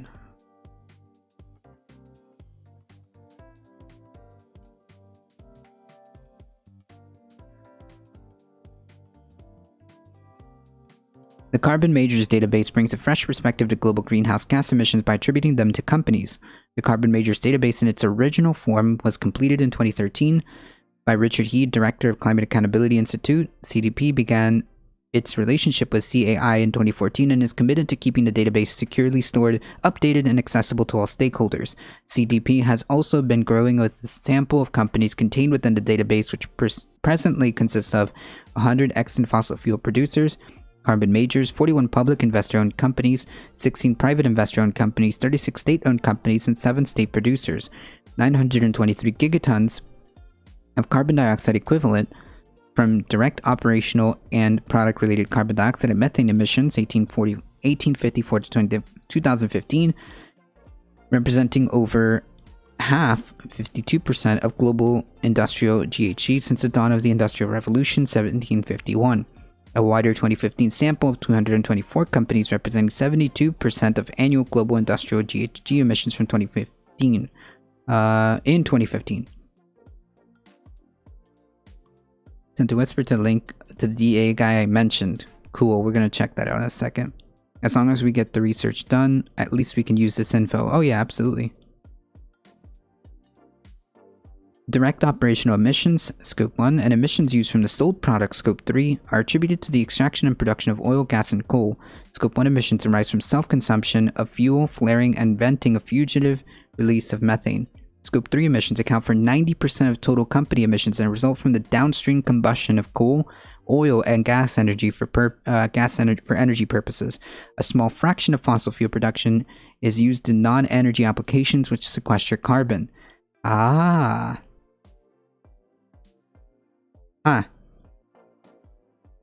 Emissions of this scale have traditionally been collected and accounted for from the national level by organizations such as the Internal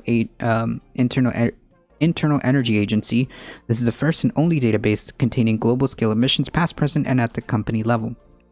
Alongside this report, CDP has released a data set extracted from the database of emissions from all 100 producers over the period of 1988 to 2015 and the top 100 companies in the 2015 sample. Yeah. They are crazy. These are staggering. Transparency is at the heart of the approach, which relies on company-reported activity data and follows a simple, reproducible methodology for estimating emissions. Where possible, Scope 1 emissions from upstream activities are sourced from company responses to the CDP climate change information request. Scope 1 emissions of non-responders and all of Scope 3 emissions are estimated. The estimation method follows the IPCC guidelines for national greenhouse gas inventories. Interesting. So here's the equation.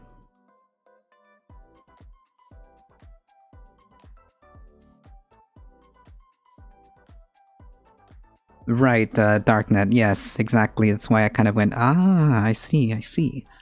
Scope 3 emissions is what people are referring to in the headlines, claiming that 100 companies are responsible for 7%. Those are emissions that are caused by consumers burning the fossil fuels, not the companies. Gotcha. The general form of calculation is expressed by the equation above. The equation states that the activity data, example, barrels of oil, is multiplied by a factor which defines the emission specific to that activity, example, tons of CO2 per barrel of oil. In this case, P is production, EF is the emission factor, and subscript P is the product.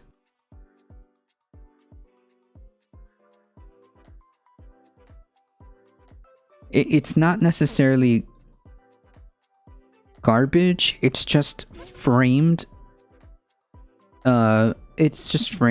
irresponsibly by how the media decided to take this. I think it's like they took like I suspect that they only read this and like they just ran with it.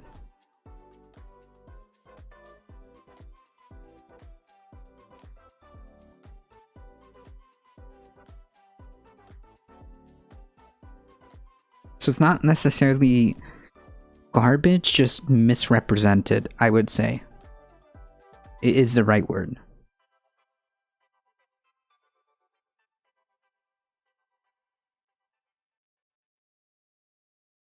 And then it got turned into a meme by leftists, yep. Yeah, so, yes, and state actors create way more carbon emissions than corporations. Well, yeah, I mean, does not the military have like a huge role in emissions? Doesn't the military alone have like massive contributions to emissions?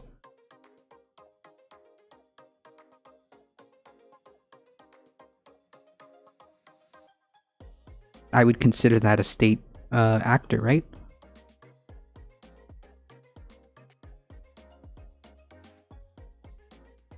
The media corps rely on marketing relationships with corporations responsible, including the military-industrial complex partners. True. Fair point. Kinetic pause. Fair point.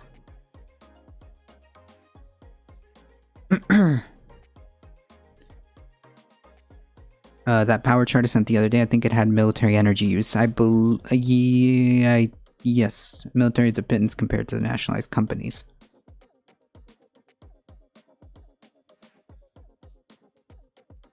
The agriculture industry alone will get us over the degree line. We need a massive shift decades ago. Yes, but each thing that we do, each significant factor that we mitigate buys us time. Which I think is the idea, right? So just to be clear, there's no like scenario where we don't avoid the impacts of climate change. However, there are scenarios that we can take so that the future impacts aren't as catastrophic, right?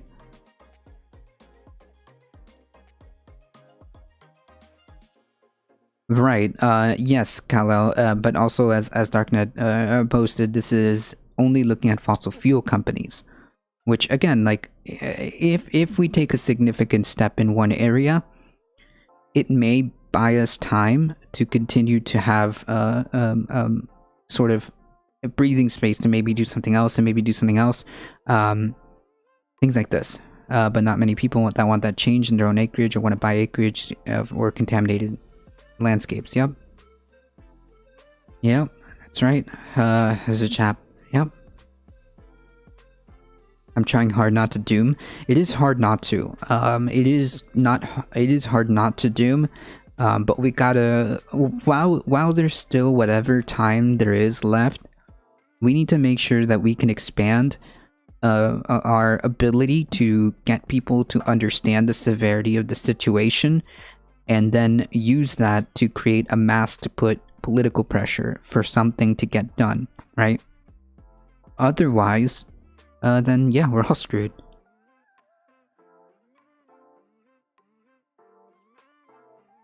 Compost, yes.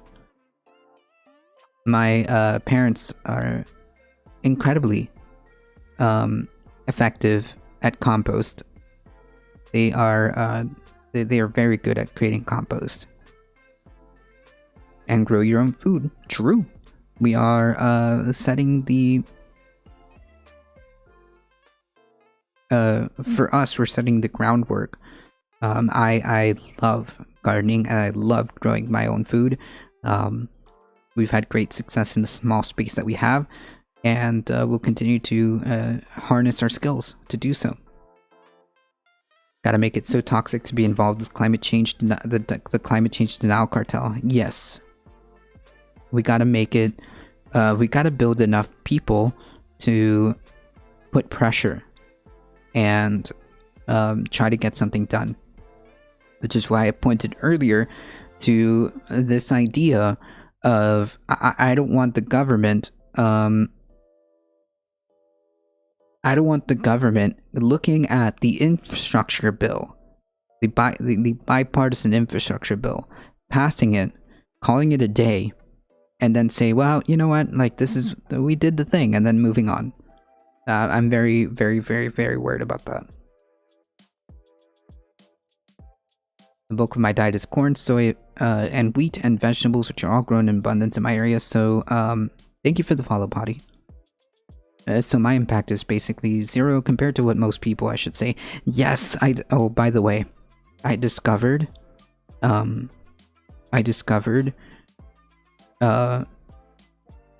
soy chicken nuggies that taste almost 99.9% just like McDonald's chicken nuggies. That's right, folks. They taste almost like McDonald's nuggies. Check the Discord, maybe if I can remember the brand, because I can picture my I can picture the packaging, but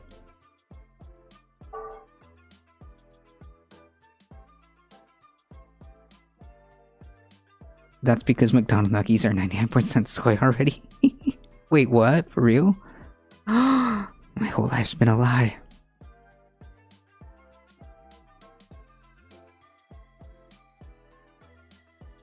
Our Gardines or something like that, so good. What? McDonald's and BK have cut their meat with soy for years? What? My whole life has been a lie. Well, when I used to eat a lot of McDonald's.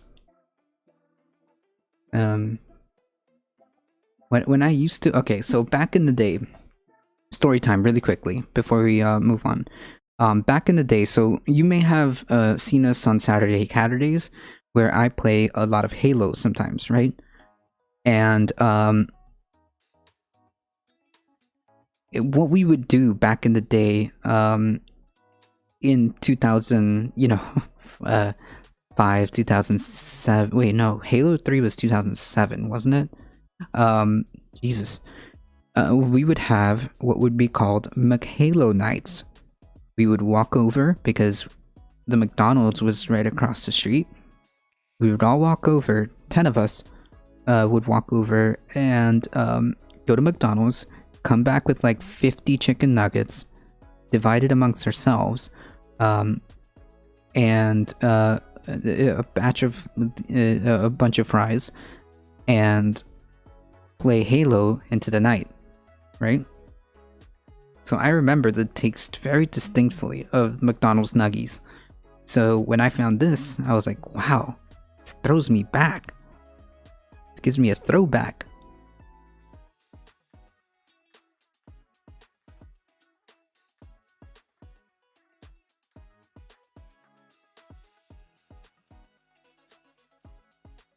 Oh. No, I don't think this is the one that I ate.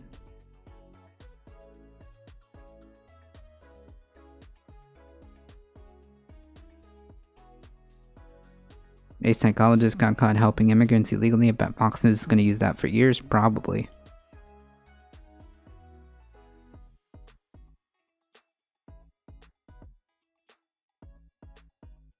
Ah, this is it.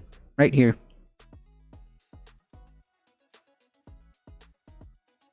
This is it, folks. I'm telling you, they taste just like it.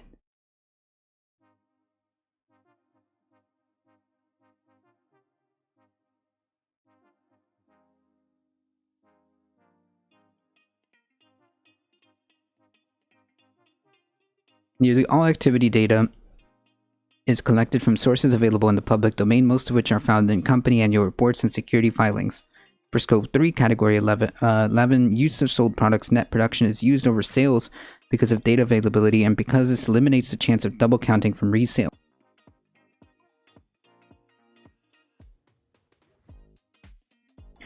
To improve estimation accuracy, liquid hydrocarbons are split into crude oil, natural gas liquids, and bitumen. Co-production is split by grade, such as bituminous and lignite, or by application, such as thermal or metallurgical. The variation in Scope 3 emission factors for oil and gas production is illustrated in Figure 1.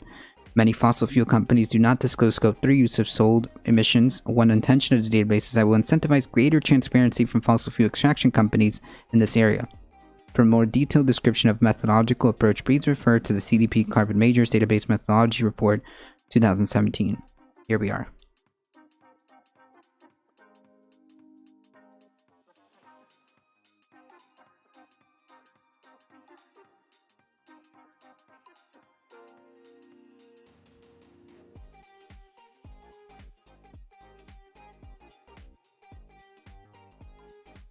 Net co-ops and dirt cheap is basically the same thing as those nuggies. Interesting. TVP. Bulk TVP. I wonder if we have those here. In SoFlo.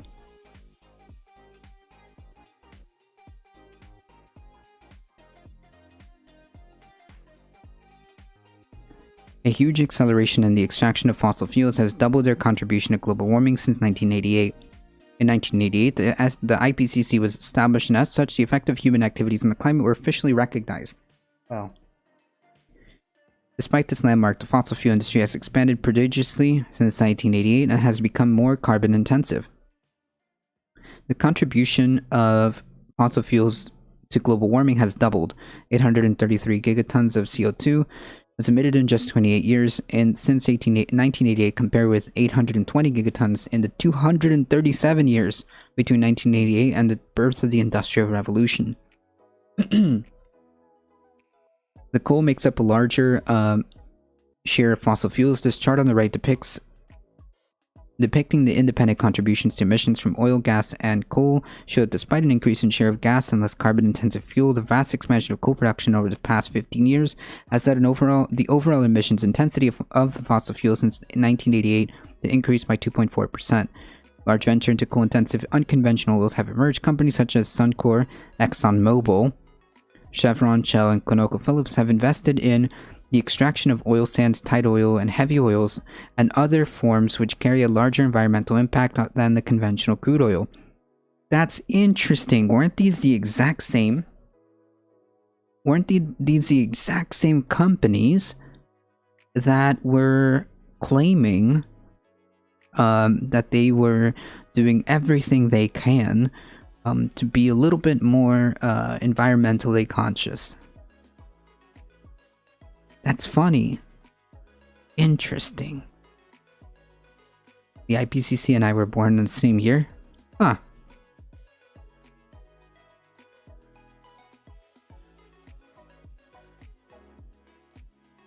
Fossil fuels are the largest source of anthropogenic greenhouse gas emissions in the world. The fossil fuel industry and its production account for 91% of global industrial greenhouse gases in 2015 and about 70% of all anthropogenic GHG emissions. If the trend of fossil fuel extraction continues over the next 28 years, as it has over the previous 28, and average global temperatures would be on course to rise about 4 degrees Celsius above pre-industrial levels at the end of the century. This would entail substantial species extinction, large risk regional and global food scarcity, and could cross multiple tipping points in the Earth's climate system, leading to even more severe consequences. Yep.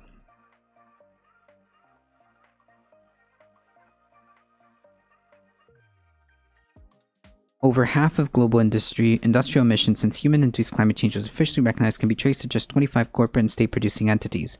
By 1988, fossil fuel companies knew or should have known of destabilizing effects of their products on the environment. They did. Nonetheless, most companies have expanded extraction activities significantly in the time since, while non-carbon primary energy sources such as renewables have seen relatively little investment, observing the period since 1988. Investors own the large legacy of GHG emissions of the 635 gigatons of CO2 emissions of operational and product GHG emissions from the 100 active fossil fuel producers. 32% is public investor owned, 9% is private sector owned, and 59% is state owned.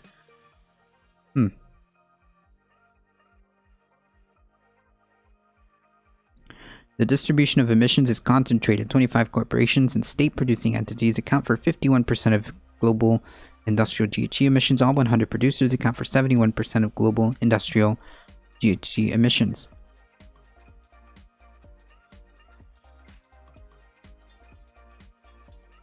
The highest emitting companies since 1988 that are investor-owned include ExxonMobil, Shell, BP, Chevron, Peabody, Total, and BHP Billiton. Key state-owned companies including Saudi Aramco, Gazprom, National Iranian Oil, Coal India, Pemex, and CNPC PetroChina. Coal emissions from China are represented by the state in which key state-owned producers including Shenhua Group, Datong Coal Mine Group, and China National Coal Group. Attributing operational and product GHG emissions since 1988 paints for the first time a producer side of view of climate accountability.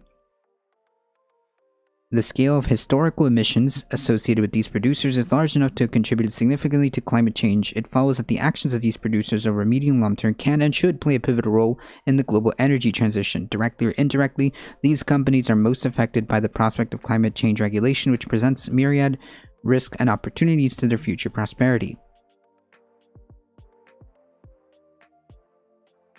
Here we are.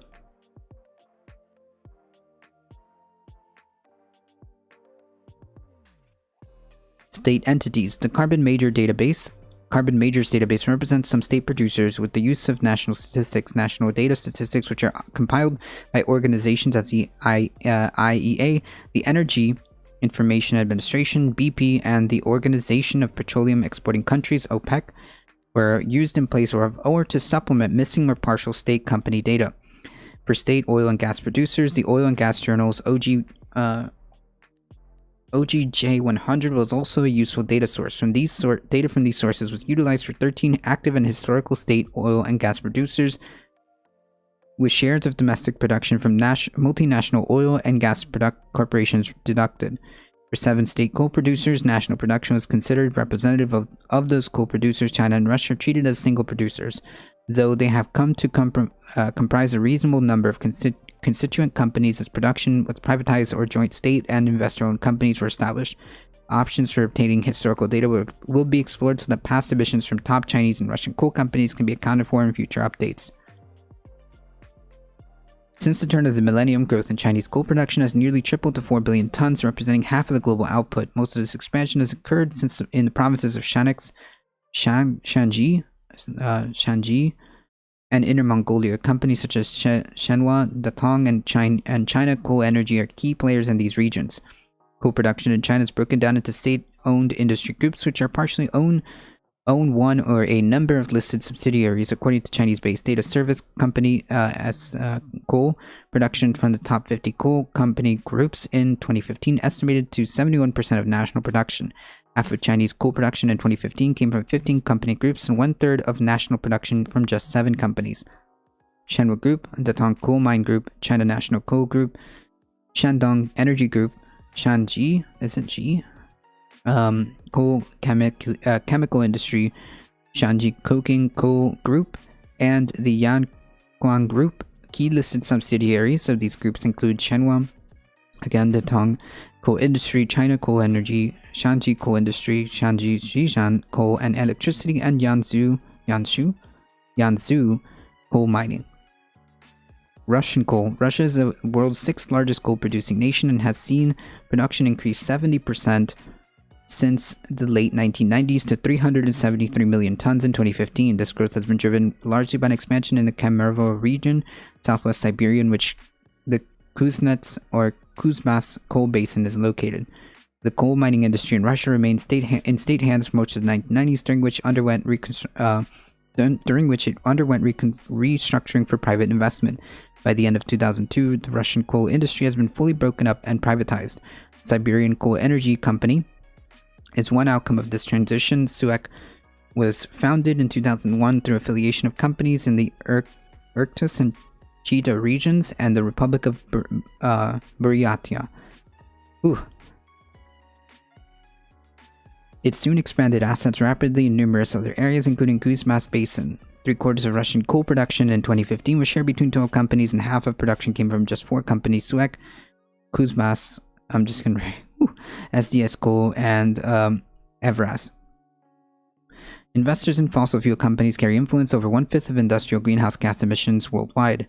New to Carbon Majors database is the 2015 sample, which comprised direct operational product use GHG emissions of 224 fossil fuel companies in 2015. Compared with periods since 1988, a similar picture emerges.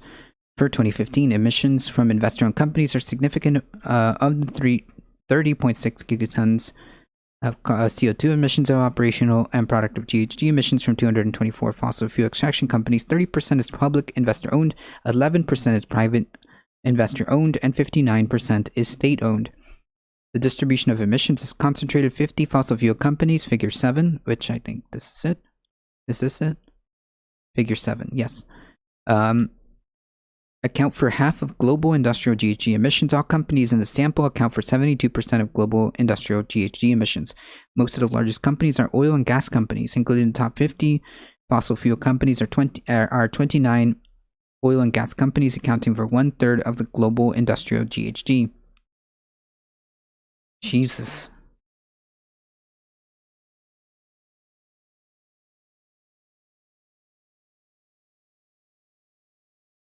So you could see the difference, right? Scope 3, Scope 1, Scope 3 of coal, and Scope 3 liquids, Scope 3 gas. Wow. Though dominated by state ownership, investor ownership of fossil fuel extraction companies covers a significant share of operational product GHG emissions of companies in the sample. Public investor influence reaches 8.3 gigatons of CO2 emissions, which is 20% of global industrial GHGs. This proportion could also rise, with the largest emitting company, Saudi Aramco, presently investigating options for floating shares. The scale of investor-owned emissions in the fossil fuel industry highlights the importance and potential of investor engagement, whether through private dialogue or public shareholder resolutions. Investors have already demonstrated influence on the action and board-level decision-making on large oil and gas majors. Investors can minimize the carbon risk on their investment by encouraging companies to disclose in line with the Financial Stability Board's Task Force for Climate-Related Financial Disclosures recommendations. Conduct 1.5 to 2 degrees Celsius scenario analysis, adopt carbon pricing and financial accounting, communicate transition plans and investment in low carbon R&D, engage with policymakers on positive environmental issues, and more.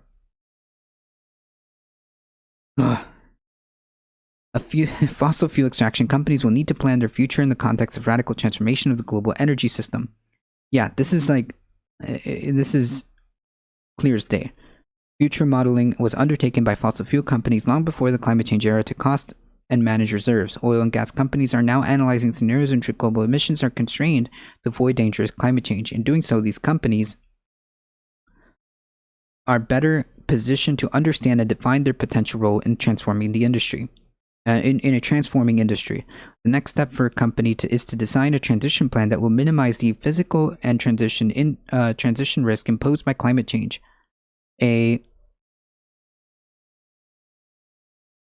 transition plan begins with the setting of an emission target. The Science Based Target Initiative was established in 2015 to guide companies in this area and set the corporate standard for alignment with 2 degrees Celsius limit in the rise of global average temperatures above the pre-industrial level.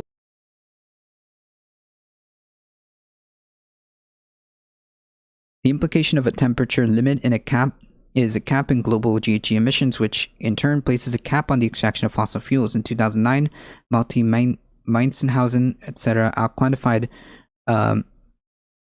quantified proven fossil fuel reserves against a global carbon budget for the first time. It showed that existing reserves of fossil fuels contained locked-in emissions far above the carbon budget required for a 2 degrees limit. This truth confirms the risk of stranded assets when reserves become financially unviable to extract and must be abandoned. A recent study found that over $2 trillion of investment in fossil fuel companies is at risk of being stranded. Jesus.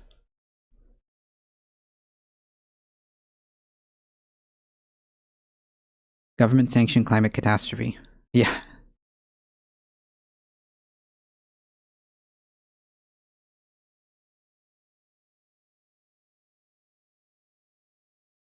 That's right. Figure 8 is a chart illustrating contraction and convergence GHG profile of the fossil fuel sector and its carbon majors out of 2100. The reduction in emissions would be mostly driven by a decline in production, in step with a decline in global fossil fuel demand. The rate, which is somewhat dependent on the dissemination of carbon capture, utilization, and storage, is a breakthrough technology that sequesters CO2. A breakthrough technology that sequesters CO2 emissions through applications or underground storage, though without any scalable examples to date. Meanwhile, population growth will push the world's demand for primary energy up. The gap in supply and demand will be closed by growth in zero carbon sources of energy such as nuclear, solar, wind, hydro, and biomass.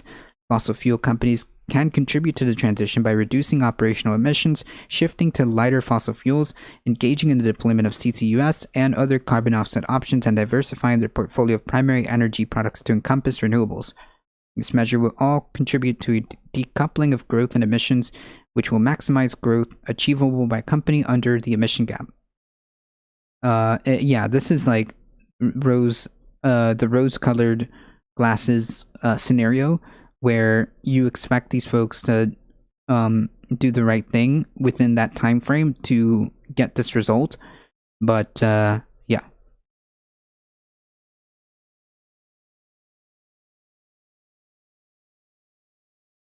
In response to the disparity between the private sector's current emissions trajectory and the trajectory required by the internationally agreed upon targets, CDP and the World Resources Institute and the World Wildlife Fund formed the Science-Based Target Initiatives to increase the level of ambition of reducing of emission reduction targets in the corporate sector. The sectoral decarbonization approach was developed by building on existing approaches. It allocates a carbon budget to companies based on their contribution to the economy. The SDA methodology was unveiled in 2015 as the initiative's first major publication. Sector modeling for the SDA method was built on 2-degree scenario developed by the International Energy Agency as part of its 2014 Energy Technology Perspectives Outlook. The choice of this scenario is not a prerequisite of the SDA, but was chosen because it is the most suitable scenario for articulating the method. Work is underway to define a methodology that coal, oil, and gas extraction companies can use to set Scope 1 and Scope 3, use of sold products, science-based targets.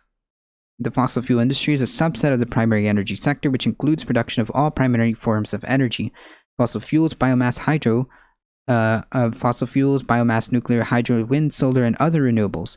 The company's primary energy product portfolio defines the sector, and in the SDA, the sector is the basis on which the benchmark for setting science-based targets is defined. For example, if a company's operations are weighted towards natural gas production, then the benchmark will closely reflect the scenario's emission projection for natural gas. Once the company sector is defined, the benchmark is set in terms of absolute emissions or emissions intensity. To translate a sector benchmark to a company target allocation mechanisms are applied. Figure 9 illustrates the convergence allocation mechanism, which is used to set emissions intensity targets. The intensity target is defined by converging the company's intensity in the base year to the sector's intensity in 2050. Companies starting from a higher intensity have a steeper intensity reduction path, whereas companies that have already taken steps to reduce intensity have a shallower path. Yeah, that makes sense. The SDA does not specify the use of any one emission scenario. Work is now being carried out to define an envelope within which a scenario may be deemed acceptable. Figure 10 is an illustration of the envelope concept. The approach and data is borrowed from the IPCC Fifth Assessment Report and the AR5 Scenario Database.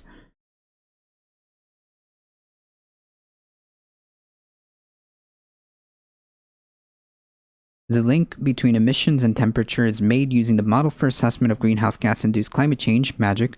In this way, it is possible to distinguish scenarios by the probability of achieving climate goals. Further work investigating scenarios compliant with the well below 2-degree ambition of the Paris Agreement will also be undertaken. And these are all the appendices. Of cumulative emissions.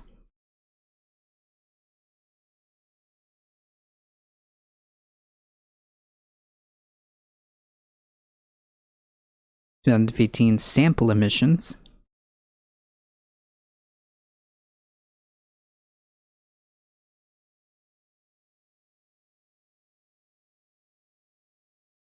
Yeah, that was a good report. I feel sick. Well, in case you guys want to see it for yourself, how confident are you that we will do something about climate change?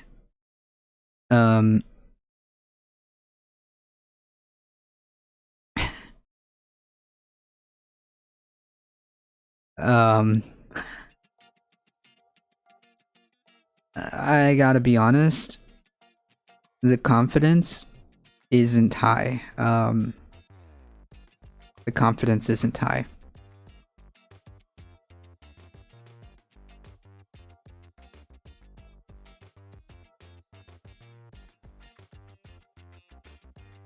I assume that we means like, will we have like the political will to do something as a country?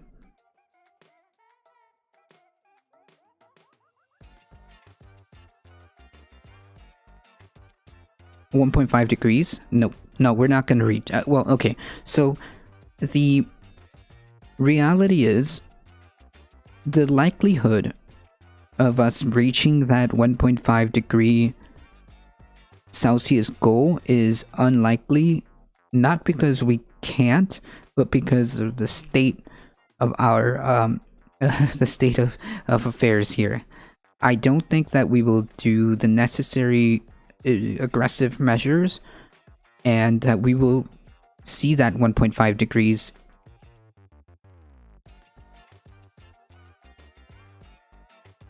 even in the charitable scenarios. We kind of like, even on the charitable scenarios, we kind of touch that 1.5 at one point, regardless of all the scenarios. Out of all the scenarios, we still touch that 1.5 at the peak. I mean, like, how confident are you that action will be taken in a timely manner? Not very confident. It's the way that's going to be handled that would be the truly fucked up part about this. I think eventually when shit really starts hitting the fan, authoritarian style regulations will start to have control of population, and studying loans will collapse into Mad Max like Ancapistan. Well, I'm making coffee. I'm excited. I mean, usually, like, clearly, given how we were so good at dealing with COVID, I can only imagine just how efficiently we'll handle climate change when it really starts kicking off.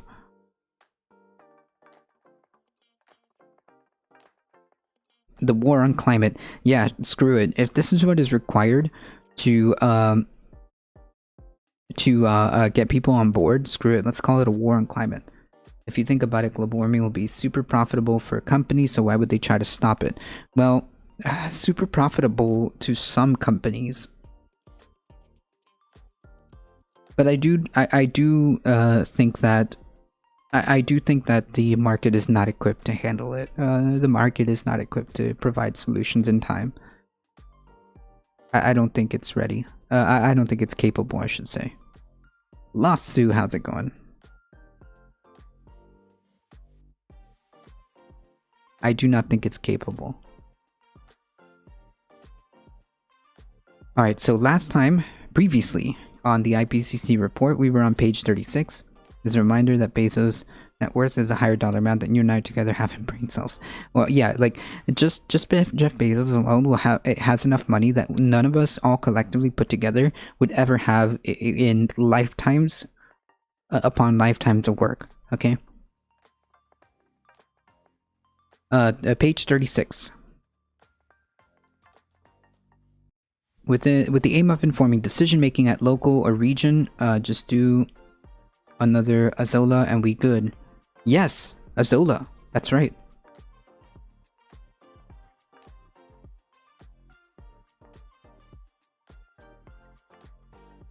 That's right.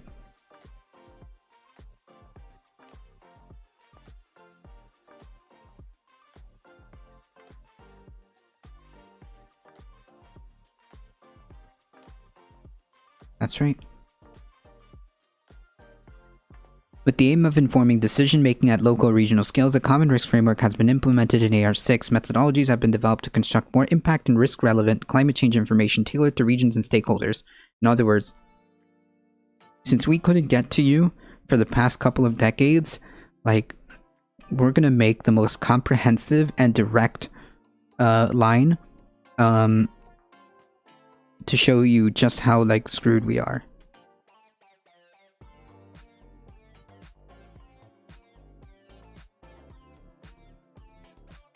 Yes, there was a, yes, I think even the other study showed something about how we take also into consideration, indigenous, tactics, about how to take care of, climate and biodiversity.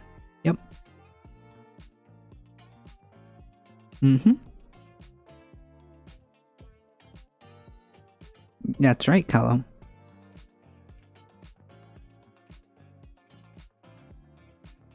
I've heard that they definitely have a role. I think this mentions it too. I think the IPCC mentioned it at the earlier.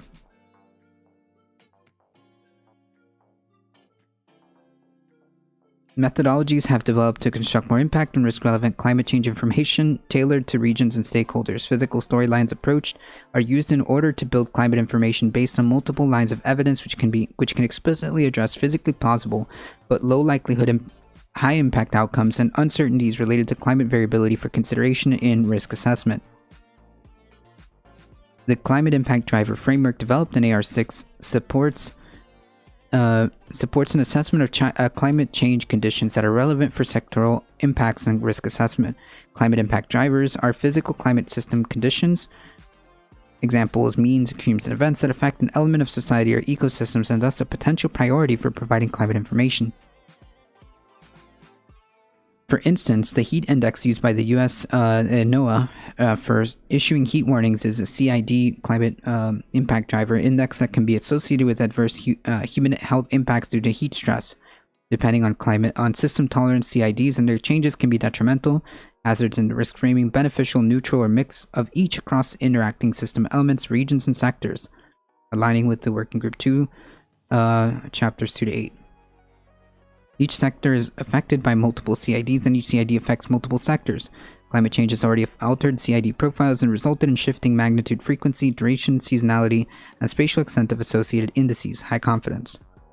Many global scale and regional scale CIDs including extremes have a direct relation to global warming levels, and thus can inform the hazard component of representative key risk and reason for concern assessed in the AR6 Working Group 2.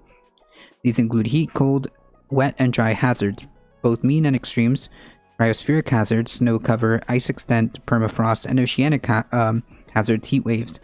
high confidence. Establishing links between specific global warming levels with tipping points and irreversible behavior is challenging due to model uncertainties and lack of observations, but their occurrences cannot be excluded, and their likelihood of occurrence generally increases at greater warming levels. Yeah.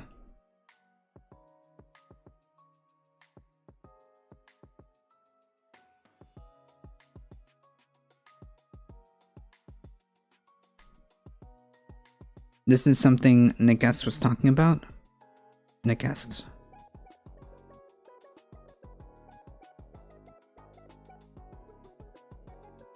That's right, Callow.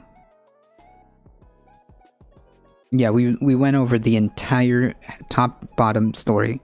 There's a little bit more to that. Spread it forward. In fact,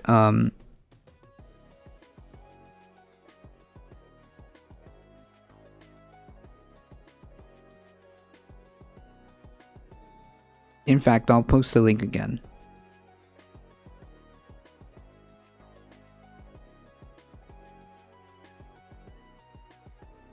You'd be surprised. Well, this is related mostly to greenhouse gases. So I would say check that out.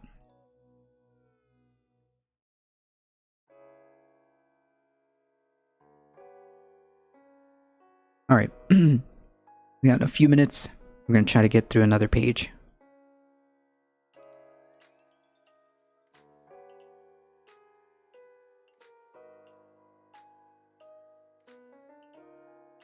This box synthesizes the outcome of assessments of past, current, and future global surface temperature. Global mean surface temperatures and global surface air temperatures are two primary metrics of global surface temperatures used in estimate global warming in IPCC reports. GMST merges sea surface temperatures over the ocean and million air temperature over land and sea ice areas, and is used in most paleo, historical, and present-day observational estimates. GSAT metric is in 2M air temperature overall surface and is diagnostically generally used from climate models.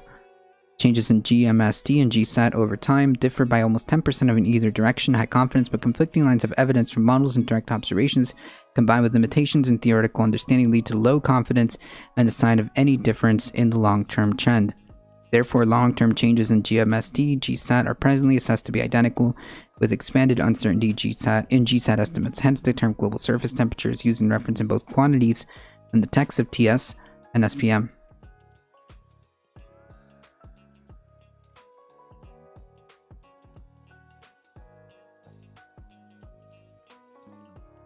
Global surface temperature has increased 1.9 degrees Celsius from 1850 to 1900 to 2011 to 2020, and the last decade was more likely than not warmer than any multi-centennial period after the last interglacial roughly 125,000 years ago.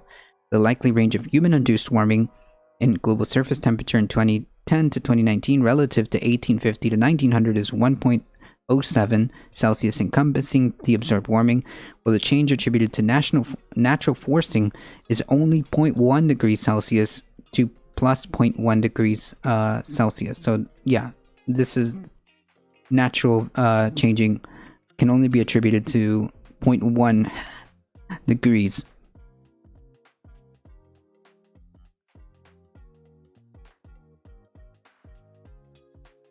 Compared to 1850 to 1900, average global surface temperatures over the period of 2081 and 2100 is very likely to be higher by 1.0 to 1.8 degrees in the low CO2 emission scenario, and by 3.3 degrees Celsius to 5.7 degrees Celsius in the high CO2 scenario, which is the scenario 5.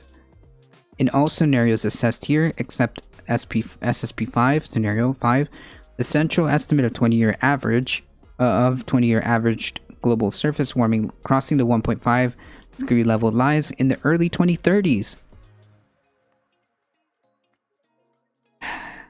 In all scenarios assessed, except for this, the fifth one, the central estimate of 20-year average global surface warming crossing that 1.5 degrees level lies in the early 2030s. That's within our lifetime. That's 9 years from now.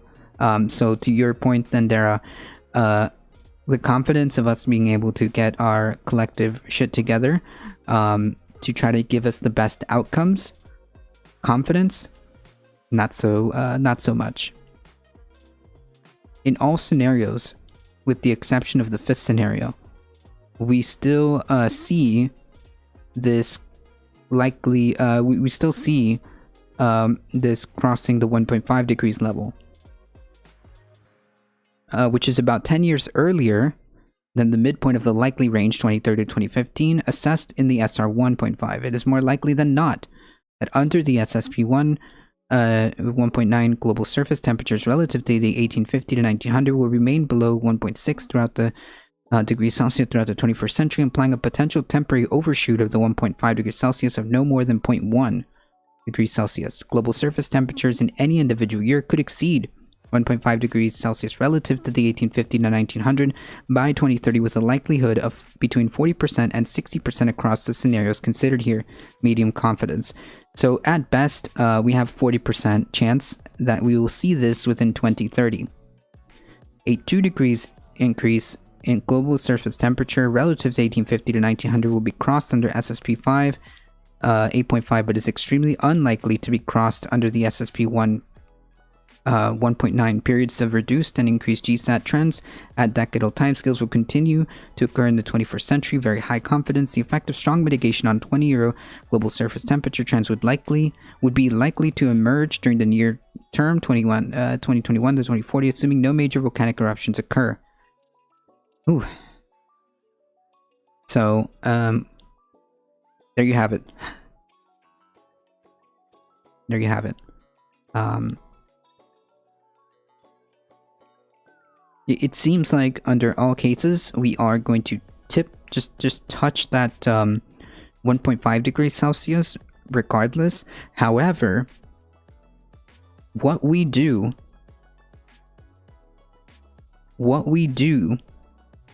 now in these times between now and then is will determine just how bad it is down the future. Right? Will it continue to go up, or can we level off and decrease our global carbon emissions, our greenhouse gas emissions? Can we? Will the actions that we take at that point touch that 1.5 degrees and then go down from there, depending on our actions? Because what we do during this time will determine the level of catastrophic events. Will it be severe? I don't know. That's up to us.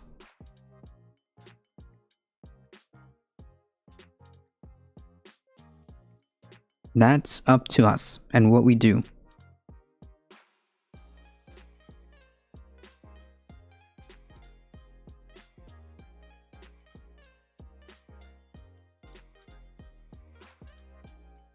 That is up to us and what we do. Alright folks, page 37. We are slowly getting there. Unfortunately, I do have to start getting ready for work. I appreciate all of you guys hanging out here today. Thank you Darknet, thank you Spread It Forward. I appreciate all of you guys hanging out.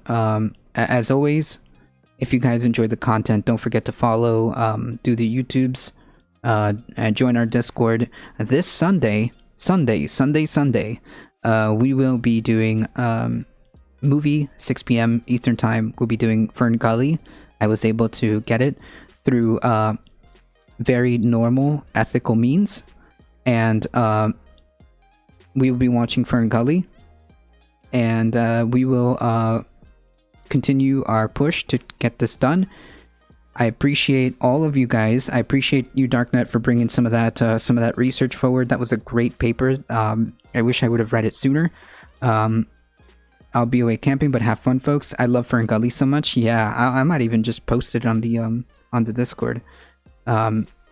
Please go follow these wonderful folks, and those folks that have diamonds, please go follow the chap. Please go follow Alio. I think I got everybody. See Lost Sue. Please go follow Lost Sue. And anything that you can throw their way, please. I believe I got everybody.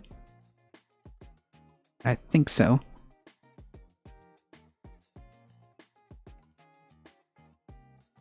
Purely organic fair trade means? Yep. I'll be away camping, but have fun, folks. Awesome. Wait, we got one dab. Hold on, we gotta do it properly. Yep. There we go. Alright, folks, as always, please stay safe. I'm having way too much fun with that filter. Please stay safe. Please take care of each other. As always, I love y'all, and I hope to see you guys in the next one. See ya! Thank you, Darknet. I appreciate that. Thank you. Alright, folks, let's see who we go.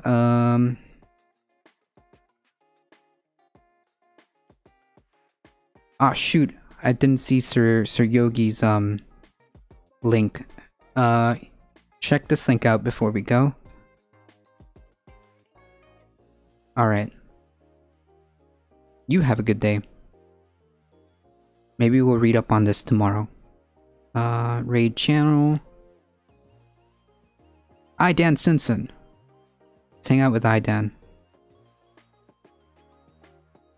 You have a good one, Dustin. I appreciate that. Alright, folks, hang tight. We're heading out to Dan Simpson's channel. Make sure you show some love and some support.